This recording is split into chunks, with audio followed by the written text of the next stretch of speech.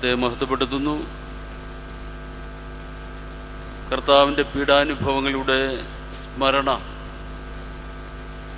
ഏറെ നമ്മളെ ദൈവിക അനുഭവത്തിലേക്ക് കൊണ്ടുവരുവാൻ തക്കണം ഉതകുന്ന പീഡാനുഭവത്തിൻ്റെ ദിവസമായി വെള്ളിയാഴ്ച ആരാധനയോടെ, ധ്യാന ശുശ്രൂഷകളോടെ, വചനം പങ്കുവെക്കലോടെ കൃപയുടെ സന്നിധിയിലായിരിക്കാൻ തക്കണം ദൈവം തമ്പുരാൻ വീണ്ടും ഒരു അവസരം നൽകിയതിനാൽ ദൈവത്തെ നന്ദിയോടെ സ്തുതിക്കുന്നു. ഓരോ വെള്ളിയാഴ്ചയിലും കർത്താവിൻ്റെ പീഡാനുഭവത്തിൻ്റെ പങ്കപ്പാടുകളുടെ ആ വലിയ അനുഭവങ്ങളെ നമ്മൾ സ്മരിക്കുകയും അതുപോലെ നമ്മൾക്ക് ലഭിക്കുന്ന സ്വായത്തമാക്കുന്ന വീണ്ടെടുപ്പിൻ്റെ അനുഭവങ്ങളെ തിരിച്ചറിയുകയും ആ കൃപയാവോളം അനുഭവിപ്പാൻ തക്കവണ്ണം ദൈവസന്നിധിയിൽ സമർപ്പിക്കുവാൻ തക്കവണ്ണം പരിശുദ്ധ വെള്ളിയാഴ്ച ദിനങ്ങളിൽ ഉപവാസത്തിലും പ്രാർത്ഥനയിലും ചേർന്നിരിക്കുന്ന ദൈവമക്കളെ തമ്പുരാൻ തന്നെ കരം നീട്ടി അനുഗ്രഹിപ്പാൻ തക്കവണ്ണം ആമുഖമായിട്ട് ആശംസിക്കുകയും പ്രാർത്ഥിക്കുകയും ചെയ്യുകയാണ്.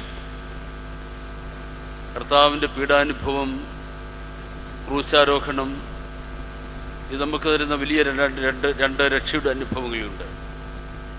ദ സാൽവേഷൻ ആൻഡ് റിസറക്ഷൻ, രക്ഷയും വീണ്ടെടുപ്പും നൽകുവാൻ ലോകമക്കൾക്ക് നൽകുവാൻ തക്കവണ്ണം കർത്താവ് ജഡത്തിൽ കഷ്ടത അനുഭവിച്ചു, ക്രൂശിൽ മരിച്ചു, ജീവത്യാഗം ബലിയായി അർപ്പിച്ച് നമ്മളെ വീണ്ടെടുത്തു.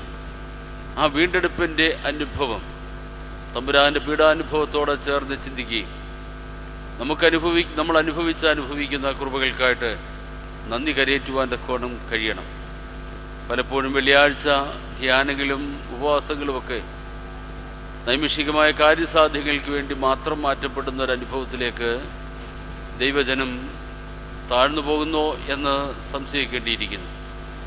ഓരോ വെള്ളിയാഴ്ചയും ഇന്ന് കർത്താവ് ഞങ്ങൾക്കായിട്ട് പങ്കപ്പാടുകളേറ്റ് ഗാഗുൽത്തായിലെ പീഡകൾ അനുഭവിച്ച് ക്രൂശുമരം വഹിച്ച് ക്രൂശിലെ മരണത്തോളം നമുക്കായി ജീവൻ വെച്ച കർത്താവിൻ്റെ പീഡാനുഭവ സ്മരണ രക്ഷയുടെ അനുഭവമായി ജീവിത യാഥാർത്ഥ്യമാക്കി തീർക്കുവാൻ ഓരോ വെള്ളിയാഴ്ചകളിലും കഴിയണം. അതാണ് പരിശുദ്ധ സഭ വിവക്ഷിക്കുന്നത്. വെള്ളിയാഴ്ച പ്രത്യേകമായിട്ട് ധ്യാന ദിവസമായി, പ്രാർത്ഥന ദിവസമായി വേർതിരിക്കുന്നത് കർത്താവ് എനിക്കായി മരിച്ചു, എനിക്ക് വീണ്ടെടുപ്പ് ലഭിച്ചു എന്നുള്ളത് ആവർത്തിച്ചുരുവിടുവാൻ തക്കവണ്ണം, മനനം ചെയ്യുവാൻ തക്കവണ്ണം ക്രമീകരിച്ചിരിക്കുന്ന ദിവസമാണ്.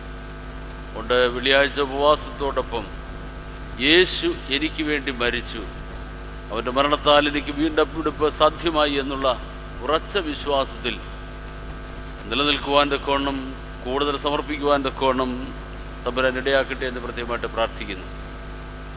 പരിശുദ്ധനായ പരിമല തിരുമേനിയുടെ മധ്യസ്ഥതയിൽ ബഹുസങ്കടങ്ങളെ പേറിക്കൊണ്ട് നമ്മൾ കടന്നു വന്നിരിക്കുക. ആ പുണ്യപിതാവ് ഒരു ജീവിതം ദൈവസന്നിധിയിൽ ഒഴിഞ്ഞുവെച്ച് തൻ്റെ ജീവിതത്തിൻ്റെ ത്യാഗനിർഭരമായ ജീവിതാനുഭവങ്ങളിലൂടെ ഉലയിൽ ഉരുക്കി സ്ഫുടം ചെയ്യുന്ന സ്വർണം പോലെ ജീവിതത്തെ സ്ഫുടം ചെയ്ത് പരിശുദ്ധിയുടെ പരിമളമായി തീർന്നു. അത് അനേക ദൈവമക്കൾക്ക് ആശ്വാസമായി തീർന്നു. ഇന്ന് ഈ ദേവാലയത്തിൽ മധ്യസ്ഥനായി നമുക്ക് നിലനിൽക്കുന്നു. പരിമല തിരുമേനിയുടെ പെരുന്നാളിൻ്റെ നാളുകളിൽ അടുത്തു വരുന്നു. കൂടുതൽ ഒരുക്കത്തോടെ, തയ്യാറെടുപ്പോടെ പരിമല തിരുമേനിയുടെ ജീവിതം നമ്മുടെ ജീവിതത്തിൻ്റെ യാഥാർത്ഥ്യമായി തീരുവാൻ തക്കവണ്ണം ഒരു പുത്തൻ തയ്യാറെടുപ്പ് നമുക്കുണ്ടാകണം. ഒരുപക്ഷെ നമ്മുടെ ഇടവകതലങ്ങളിലും പരിമലപ്പള്ളിയിലും ലോകമെമ്പാടും പരിമല തിരുമേനിയുടെ പെരുന്നാളുകൾ വിവിധ രീതിയിൽ, വിവിധ തലങ്ങളിൽ ആഘോഷിക്കുന്നുണ്ട്. തിമിർപ്പോടെ പങ്കുവെക്കുന്നവരുണ്ട്. വലിയ ആരവാരവങ്ങളോട് പരിമല തിരുമേനിയുടെ പെരുന്നാളിനെ വരവേൽക്കുന്നവരുണ്ട്. സമർപ്പണ ജീവിതത്തിലൂടെ ആ പരിശുദ്ധൻ നടന്നെടുത്ത വഴികളെ പിൻപറ്റിക്കൊണ്ട്, പരിശുദ്ധനായ പരിമല തിരുമേനിയുടെ പാതാരബന്ധങ്ങളെ പിന്തുടർന്നുകൊണ്ട് പരിമല തിരുമേനി നടന്നെടുത്ത ആ ലക്ഷ്യത്തിലേക്ക് നടക്കുവാൻ തക്കവണ്ണം തത്രപ്പാടുകൾ നടത്തുന്നവരുമുണ്ട്. ആഘോഷങ്ങൾക്കപ്പുറമായി പരിമല തിരുമേനിയുടെ ജീവിതം നമ്മുടെ ജീവിതത്തിൽ യാഥാർത്ഥ്യമായി തീരുവാൻ തക്കവണ്ണമുള്ള പരിശ്രമമായിട്ട് ഈ വർഷത്തെ പെരുന്നാൾ ആയിത്തീരുവാൻ ദൈവമക്കളെ ചേർന്ന് പ്രാർത്ഥിക്കണം. ഇനിയും തുടർന്നുള്ള ദിവസങ്ങളിലെ നമ്മുടെ പ്രാർത്ഥനയിൽ ഒരു വിഷയമാകണം പരിമലത്തിരുമേനി ജീവിതം ദൈവത്തിന് സമർപ്പിച്ച് ലോകത്തിന് പരിമളവാസനയായി തീർന്നതുപോലെ ആ പുണ്യവാനെ പിൻപറ്റുന്ന ദൈവമക്കൾ ഒരു സമർപ്പണ ജീവിതത്തിലേക്ക് വരുവാൻ, ലക്ഷങ്ങൾ മുടക്കി പെരുന്നാൾ നടത്തി എന്നതിൽ ഊറ്റം കൊള്ളുവാനല്ല, ഞങ്ങളുടെ പള്ളിയിലും ഒക്കെ പെരുന്നാളിൽ ഇന്ന ചടങ്ങുകൾ ഉണ്ടായിരുന്നുവെന്ന് ഊറ്റം കൊള്ളുവാനല്ല, വിശുദ്ധ ജീവിതത്തിലൂടെ ദൈവത്തിന് പരിമളമായി തീർന്ന പരിമലത്തിരുമേനിയുടെ ജീവിതത്തെ ഒന്ന് ഒപ്പിയെടുക്കുവാൻ, പകർത്തിയെടുക്കുവാൻ, നമ്മുടെ ജീവിതത്തിൽ ഒന്ന് പ്രാവർത്തികമാക്കി കാണിക്കുവാൻ, പരിമലത്തിരുമേനിയുടെ ജീവിതം നമ്മളിൽ യാഥാർത്ഥ്യമായി തീരുവാൻ തക്കവണ്ണം കർത്താവേ ദൈവമക്കൾ ഇടയാകണമേ. ആ പിതാവിനെ മധ്യസ്ഥയായി കാണുന്നവരിൽ ഈ യാഥാർത്ഥ്യം ഉൾക്കൊള്ളുവാൻ കഴിയണമെന്ന് ഇനി തുടർന്നുള്ള ദിവസങ്ങളിൽ എല്ലാവരും പ്രാർത്ഥിക്കണം. അനേക വിഷയങ്ങൾ നമ്മൾ പ്രാർത്ഥിക്കുന്നുണ്ട്. ഈ വർഷത്തെ പെരുന്നാളിൻ്റെ പൂർത്തീകരണത്തിൽ പരിശുദ്ധ സഭയിൽ സമൂലമായൊരു പരിവർത്തനം, ഒരു തേജസ്കരണം ഉണ്ടാകുവാൻ തക്കവണ്ണം സഭയിലെ പ്രതിസന്ധികളും പ്രതികൂലതകളും ഒക്കെ നീങ്ങി ആരാധനയിൽ നിലനിൽക്കുന്ന ഒരു സമൂഹമായി മാറ്റപ്പെടുവാൻ, ദൈവത്തിൻ്റെ രക്ഷിതഗണമായി വീക്ഷിക്കപ്പെടുവാൻ, അർത്ഥതലത്തിൽ അത് യാഥാർത്ഥ്യമായി തീരുവാൻ തക്കവണ്ണം നമ്മുടെ ഒരു പ്രാർത്ഥനാ വിഷയം ആകണം എന്ന് ആമുഖമായി ഓർപ്പിച്ചു എന്ന് മാത്രം. പരിമലത്തിരുമേനിയുടെ പെരുന്നാളേറെ ഏറ്റവും അടുത്തു കഴിഞ്ഞു. നമുക്കും തയ്യാറെടുക്കാം. ആ പരിശുദ്ധൻ നടന്നെടുത്ത ജീവിതപാതകളെ പിന്തുടർന്ന് പരിമലത്തിരുമേനി നീ പരിശുദ്ധനാകുന്നു, നീ പരിശുദ്ധനാകുന്നു എന്ന് കബറിടത്തിലോ മറ്റിടത്തോ എന്നുകൊണ്ട് 1000 തവണ ആവർത്തിച്ച് പറഞ്ഞാലും അതിൻ്റെ ബഹിർസ്ഫുരണങ്ങൾ നമ്മുടെ ജീവിതത്തിൽ നിറം പകർത്തുന്നില്ലെങ്കിൽ, പരിമലത്തിരുമേനി പരിശുദ്ധനാകുന്നുകൊണ്ട് ആ പരിശുദ്ധിയിലേക്ക് എന്നെയും നിലനിർത്തണമെന്ന് പ്രാർത്ഥിക്കുന്നില്ലെങ്കിൽ, ആ പരിശുദ്ധ ഭാവം നമ്മൾ ഉൾക്കൊള്ളുന്നില്ലെങ്കിൽ തീർച്ചയായിട്ടും പെരുന്നാളുകൾ വലിയ വെറും ജൽപ്പനങ്ങളായി മാറ്റപ്പെടും. സന്ദർഭവശാൽ ഒരു വേദവാക്യം നിങ്ങളുടെ ശ്രദ്ധയിലേക്ക് കൊണ്ടുവരുവാനായിട്ട് ഞാൻ ആഗ്രഹിക്കുക. യിരെമ്യാ പ്രവാചകന്റെ പുസ്തകം 7-ാം അധ്യായത്തിൻ്റെ 16-ാം വാക്യം. യിരെമ്യാ പ്രവാചകനെ വിളിച്ചുവിട്ട് യഹോവയാം ദൈവം അരുളപ്പാട് കൊടുക്കുക. യിരെമ്യാവേ, അതിൻ്റെ പശ്ചാത്തലം വായിക്കുമ്പോൾ നമുക്ക് മനസ്സിലാകും. പ്രവാചകനെ ദേവാലയത്തിലേക്ക് അയച്ചിട്ട് ജനത്തിൻ്റെ തിക്തമായ ജീവിത അനുഭവങ്ങളെ ചോദ്യം ചെയ്തുകൊണ്ട് അവർക്ക് ചില പ്രബോധനങ്ങൾ കൊടുക്കുക. വചനം കൊടുത്തിട്ടും പ്രബോധനങ്ങൾ കൊടുത്തിട്ടും മനം തിരിയാത്ത ഇസ്രായേൽ മക്കളുടെ തിന്മപ്പെട്ട ജീവിത അനുഭവങ്ങളിൽ മനം മടുത്ത് പ്രവാചകനെ ദേവാലയത്തിലേക്ക് പറഞ്ഞയച്ചിട്ട് യഹോവയാം ദൈവം കൽപ്പിക്കുന്നു, യിരെമ്യാവേ, നീ ഈ ജനത്തിനു വേണ്ടി പ്രാർത്ഥിക്കരുത്, അവർക്ക് വേണ്ടി യാചനകളും പ്രാർത്ഥനകളും നടത്തരുത്, എന്നോട് പക്ഷപാതം ചെയ്യരുത്,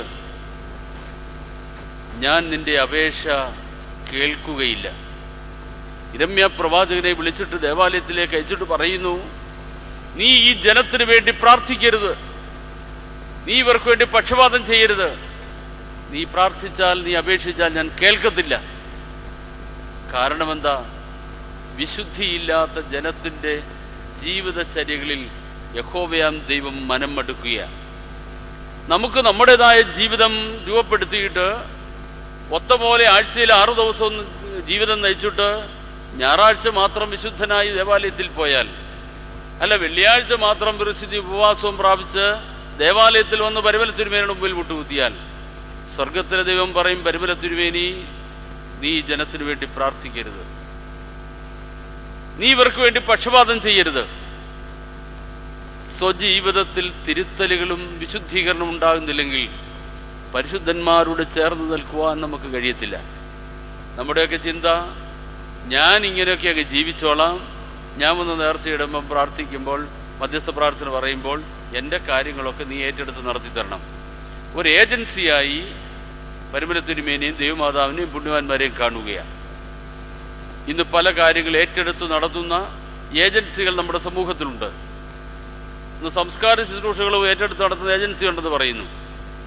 അപ്പോൾ ഏതു കാര്യം, കല്യാണത്തിന് സദ്യവട്ടങ്ങൾ മുതൽ ഏതും ഒരു ഏജൻസി വന്ന് നടത്തി തരും. അപ്പം അതുപോലെ പരിമലത്തിരുമേനി എൻ്റെ ജീവിതത്തിൻ്റെ പങ്കപ്പാടുകളും കഷ്ടപ്പാടുകളും സാഹചര്യങ്ങളും പിള്ളേരുടെ പ്രയാസങ്ങളും പഠനവും ഒക്കെ നീ ഒന്ന് ഏറ്റെടുത്ത് ഞങ്ങൾക്ക് വേണ്ടി പ്രാർത്ഥിക്കണം, ഞങ്ങൾക്കിതിനൊന്നും സമയമില്ല, വൈകിട്ട് സീരിയലും ടി വിയും കണ്ടിരിക്കാനല്ലാതെ ഞങ്ങളെ കൊണ്ടൊന്നും പറ്റും, നീ അത് ഏറ്റെടുത്തോണം. അങ്ങനൊരു പഠിപ്പിക്കൽ ക്രൈസ്തവ ലോകത്തില്ല, പരിശുദ്ധ വേദപുസ്തകത്തിലില്ല, ദൈവ സമൂഹത്തിലില്ല, ദൈവത്തിൻ്റെ പ്രബോധനത്തിലില്ല. യിരെമ്യാവിനെ വിളിച്ചിട്ട് പറഞ്ഞു, യിരെമ്യാവേ, ഈ ജനം തിന്മയിൽ ജീവിക്കുന്നു, വചനം കേട്ട് വിശുദ്ധിയിലേക്ക് നടക്കുവാൻ അവർക്ക് താല്പര്യമില്ല, മനം തിരിയുവാൻ അവർക്ക് താല്പര്യമില്ല. അതുകൊണ്ട് യിരെമ്യാവേ, നീ ഇവർക്ക് വേണ്ടി പ്രാർത്ഥിക്കരുത്. പരിമല തിരുമേനിയുടെ പെരുന്നാൾ എടുത്തു വരിക, നമ്മൾ നിലവിളിച്ച് പ്രാർത്ഥിക്കും, പരിമല തിരുമേനിയുടെ മധ്യസ്ഥ പറയും. മധ്യസ്ഥ പറയാൻ ഒരുങ്ങുന്നവർ ഓർക്കണം, അതോടൊപ്പം പരിമല തിരുമേനിയുടെ ജീവിത വിശുദ്ധി കണ്ട് പകർത്തുവാൻ ശ്രമിക്കുന്നില്ലെങ്കിൽ ദൈവം കൽപ്പിക്കും, പരിമല തിരുമേനി നീ ഇവർക്ക് വേണ്ടി പ്രാർത്ഥിക്കരുത്. ഞാൻ വേദവിരോധമൊന്നും പറഞ്ഞ് നിങ്ങൾ ചിന്തിക്കരുത്, വേദപുസ്തകത്തിലെ കടഞ്ഞെടുത്ത വാക്യങ്ങളാ. യിരെമ്യാ പ്രവാചകന്റെ പുസ്തകത്തിൽ യഹോവയാൻ ദൈവം അരുളി ചെയ്യുക, യിരെമ്യാവേ, നീ ഈ ജനത്തിനു വേണ്ടി പ്രാർത്ഥിക്കരുത്. വീണ്ടും നമ്മൾ യിരെമ്യാ പ്രവാചകന്റെ പുസ്തകത്തിൽ ഇതേ പ്രബോധനം 15-ാം അധ്യായത്തിന്റെ 1-ാം വാക്യത്തിൽ വായിക്കുന്നുണ്ട്. യിരെമ്യാ പ്രവാചകന്റെ പുസ്തകം 15-ാം അധ്യായം 1-ാം വാക്യം. യഹോവ എന്നോട് അരുളി ചെയ്തത്, മോശയും ശമൂവേലും എൻ്റെ മുമ്പാകെ നിന്നാലും എൻ്റെ മനസ്സ് ഈ ജനത്തിലേക്ക് ചായുകയില്ല. ഇവരെ എൻ്റെ മുൻപിൽ നിന്ന് ആട്ടിക്കളയുക, അവർ പൊയ്ക്കൊള്ളട്ടെ. ജനത്തെ നിഷേധിക്കുന്ന ദൈവഭാവം ഇത് കണ്ടില്ലെന്ന് നടിക്കുവാൻ നമുക്ക് കഴിയത്തില്ല. ഇന്ന് സ്നേഹിക്കുന്ന ദൈവത്തെക്കുറിച്ചുള്ള പ്രോസ്പെരിറ്റിയുടെ ഗോസ്പൽ നമ്മൾ ധാരാളം കേൾക്കുന്നുണ്ട്. എല്ലാവർക്കും സുഖദായകമായ പ്രബോധനങ്ങൾ നൽകുന്ന വചനങ്ങൾ, അതുമാത്രം ചികഞ്ഞെടുത്തുകൊണ്ട് എൻ്റെ ജീവിതം ഇങ്ങനെയൊക്കെ സുഖഭോഗങ്ങൾ പോയിക്കോട്ടെ, കാര്യം നടത്തി തരുവാൻ പ്രസ്ഥാനങ്ങളും ഏജൻസികളും ഉണ്ട്. ഇത് ദൈവസഭയുടെ ഭാഗമല്ല. കൂദാശകൾ, ആരാധനകൾ, പ്രാർത്ഥനകൾ നമ്മളെ ദിനംതോറും വിശുദ്ധീകരിക്കുന്ന, സ്ഫുടം ചെയ്യപ്പെടുന്നതാ. ആ വിശുദ്ധീകരണത്തിൽ നമ്മൾക്ക് വിശുദ്ധിയുടെ പർവ്വതത്തിലേക്ക് കടന്നു ചെല്ലുവാൻ കഴിയണം. നമ്മളൊക്കെ സ്വർണം അണിഞ്ഞിട്ടുണ്ട്, മനോഹരമായ വിലയേറിയ സ്വർണങ്ങൾ. ഈ സ്വർണത്തോട് ചോദിക്കണം, സ്വർണമേ നീ എങ്ങനെയാ സ്വർണമായത്? അതിന് നാവുണ്ടായിരുന്നെങ്കിൽ അത് പറഞ്ഞേനെ. ഞാൻ മണ്ണിൽ ലയിച്ച് കിടന്ന, കീടാവസ്ഥയിൽ കിടന്ന, വെറും പ്രാകൃതാവസ്ഥയിൽ കിടന്ന, മണ്ണിലും ചെളിയിലും കിടന്നിരുന്ന ചില സ്വർണ്ണത്തരികളാണ്. എന്നെ ഖനനം ചെയ്ത് അത് വിശുദ്ധീകരിച്ച്, സ്വർണത്തിൻ്റെ വിശുദ്ധിയുടെ ഇപ്പം നമുക്കൊക്കെ അറിയാം, 18 കാരറ്റ് മുതൽ 24 കാരറ്റ് അതിൽ കൂടിയതുമൊക്കെ ഉണ്ട്. വിശുദ്ധീകരണത്തിൻ്റെ ഗ്രേഡുകൾ നമുക്കറിയാം. ഈ സ്വർണത്തിനറിയാം, അത് മണ്ണിൽ ലയിച്ച് ചേർന്നിരുന്ന കീടാവസ്ഥയിലായിരുന്ന, അതിനെ അനേക പ്രോസസ്സുകൾ നടത്തി വിശുദ്ധീകരിച്ച് വന്നപ്പോൾ വിലമതിക്കാവാത്ത മൂല്യങ്ങൾ അതിനുണ്ടായി. അതിനെ തട്ടാൻ ഉലയിലിട്ട് ഉരുക്കും, അടകല്ലിൽ വെച്ച് ആഞ്ഞടിക്കും, വീണ്ടും ഉലയിലുരുക്കും, ഇടയ്ക്ക് വെള്ളത്തിലിടും. ദണ്ഡനങ്ങളും വേദനകളും താടനങ്ങളും കൊടുത്ത് അനേക പ്രാവശ്യം ഉലയിലുരുക്കി ബദ്ധപ്പാടുകളും പങ്കപ്പാടുകളും കഷ്ടപ്പാടുകളും വഹിച്ചു കഴിയുമ്പോൾ മനോഹര രൂപികളാകുന്ന ആഭരണങ്ങളായി സ്വർണം വരുമ്പോൾ നമുക്കൊക്കെ ഇഷ്ടമാണ്. ഇതിൻ്റെ പിന്നിൽ വലിയൊരു യാഥാർത്ഥ്യമുണ്ട്. പങ്കപ്പാടുകളുടെ ഒരു വലിയ കഥനകഥയുണ്ട്. പരിമല തിരുമേനിയുടെ ജീവിത വിശുദ്ധിയുടെ ശോഭിക്കുന്ന അവസ്ഥയുടെ പിന്നാമ്പുറങ്ങൾ ഇതൊക്കെയാണ്. ജീവിതത്തിലെ പങ്കപ്പാടുകളെ സ്തോത്ര ശബ്ദത്തോടെ, ജീവിതത്തിൻ്റെ വല്ലായ്മകളെ ഇല്ലായ്മകളെ പ്രാർത്ഥനയോടെ അഭിമുഖീകരിച്ചപ്പോൾ പരിമല തിരുമേനി പരിശുദ്ധനായി തീർന്നു. യിരെമ്യാവിനോട് പറഞ്ഞു, ഈ ജനം തിരുത്തി ജീവിക്കുവാൻ തയ്യാറാകുന്നില്ലെങ്കിൽ, ഈ ജനം വിശുദ്ധിയിലേക്ക് വരുവാൻ തയ്യാറാകുന്നില്ലെങ്കിൽ ഇവർക്ക് വേണ്ടി നീ പ്രാർത്ഥിക്കരുത്. പരിമല തിരുമേനിയുടെ മധ്യസ്ഥയിൽ പോയി നേർച്ച കഴിച്ചാൽ കൊട്ടക്കണക്കിന് കിട്ടുമെന്നാരെങ്കിലും വിചാരിക്കുന്നെങ്കിൽ തെറ്റാ. പരിമല തിരുമേനിയുടെ വിശുദ്ധി, പരിശുദ്ധ അമ്മയുടെ വിശുദ്ധി, പൂർവ്വപിതാക്കന്മാരുടെ വിശുദ്ധി, നമ്മുടെ മാതാപിതാക്കളുടെ വിശുദ്ധി, അത് പകർത്തി നമ്മളിലേക്ക് കൊണ്ടുവന്നതിനെ യാഥാർത്ഥ്യമാക്കി തീർക്കുമ്പോഴാണ് ദൈവത്തിൻ്റെ കരുണ സമൃദ്ധമായിട്ട് ലഭിക്കുന്നത്. അതുകൊണ്ട് ഈ പെരുന്നാൾ സ്വയവിശുദ്ധീകരണത്തിലൂടെ സമർപ്പിച്ച് വൻ കൃപകളെ നേടിയെടുക്കുന്ന ഒരനുഭവമായി മാറ്റപ്പെടുവാനിടയാകട്ടെ എന്ന് കർത്താവിനോട് പ്രാർത്ഥിക്കുന്നു. അത് നിങ്ങൾക്ക് യാഥാർത്ഥ്യമായി തീരുവാൻ ഇടയാകട്ടെ എന്ന് പ്രത്യേകമായിട്ട് ആശംസിക്കുകയും ചെയ്യുന്നു. ഇന്ന് നിങ്ങളുമൊത്ത് പങ്കുവെക്കുവാൻ്റെ കോണം, ദൈവസന്നിധിയിൽ ധ്യാനമായിരിക്കാൻ്റെ കോണം തിരഞ്ഞെടുക്കുന്ന വേദഭാഗം 2 ദിനവൃത്താന്തം 7-ാം അധ്യായത്തിൻ്റെ 14 വാക്യം. 2 ദിനവൃത്താന്തം 7-ാം അധ്യായത്തിൻ്റെ 14-ാം വാക്യം വളരെ പരിചിതമായ ഒരു വേദഭാഗമാണ്. യഹോവ ശലോമോന് 2-ാം പ്രാവശ്യം ദർശനം കൊടുത്തിട്ട് അവനോട് അരുളി ചെയ്യുന്ന ദൈവവാക്യമാണ്. 14-ാം വാക്യം, എൻ്റെ നാമം വിളിക്കപ്പെട്ടിരിക്കുന്ന എൻ്റെ ജനം സ്വയം താഴ്ത്തിയേൽപ്പിച്ച് പ്രാർത്ഥിച്ച് എൻ്റെ മുഖം അന്വേഷിച്ച് തങ്ങളുടെ ദുർമാർഗങ്ങൾ വിട്ടുതിരിയുമെങ്കിൽ ഞാൻ സ്വർഗത്തിൽ നിന്ന് കേട്ട് അവരുടെ പാപം ക്ഷമിച്ച് അവരുടെ ദേശത്തിന് സൗഖ്യം നൽകും. 2 ദിനവൃത്താന്തം 7-ാം അധ്യായത്തിൻ്റെ 14-ാം വാക്യം.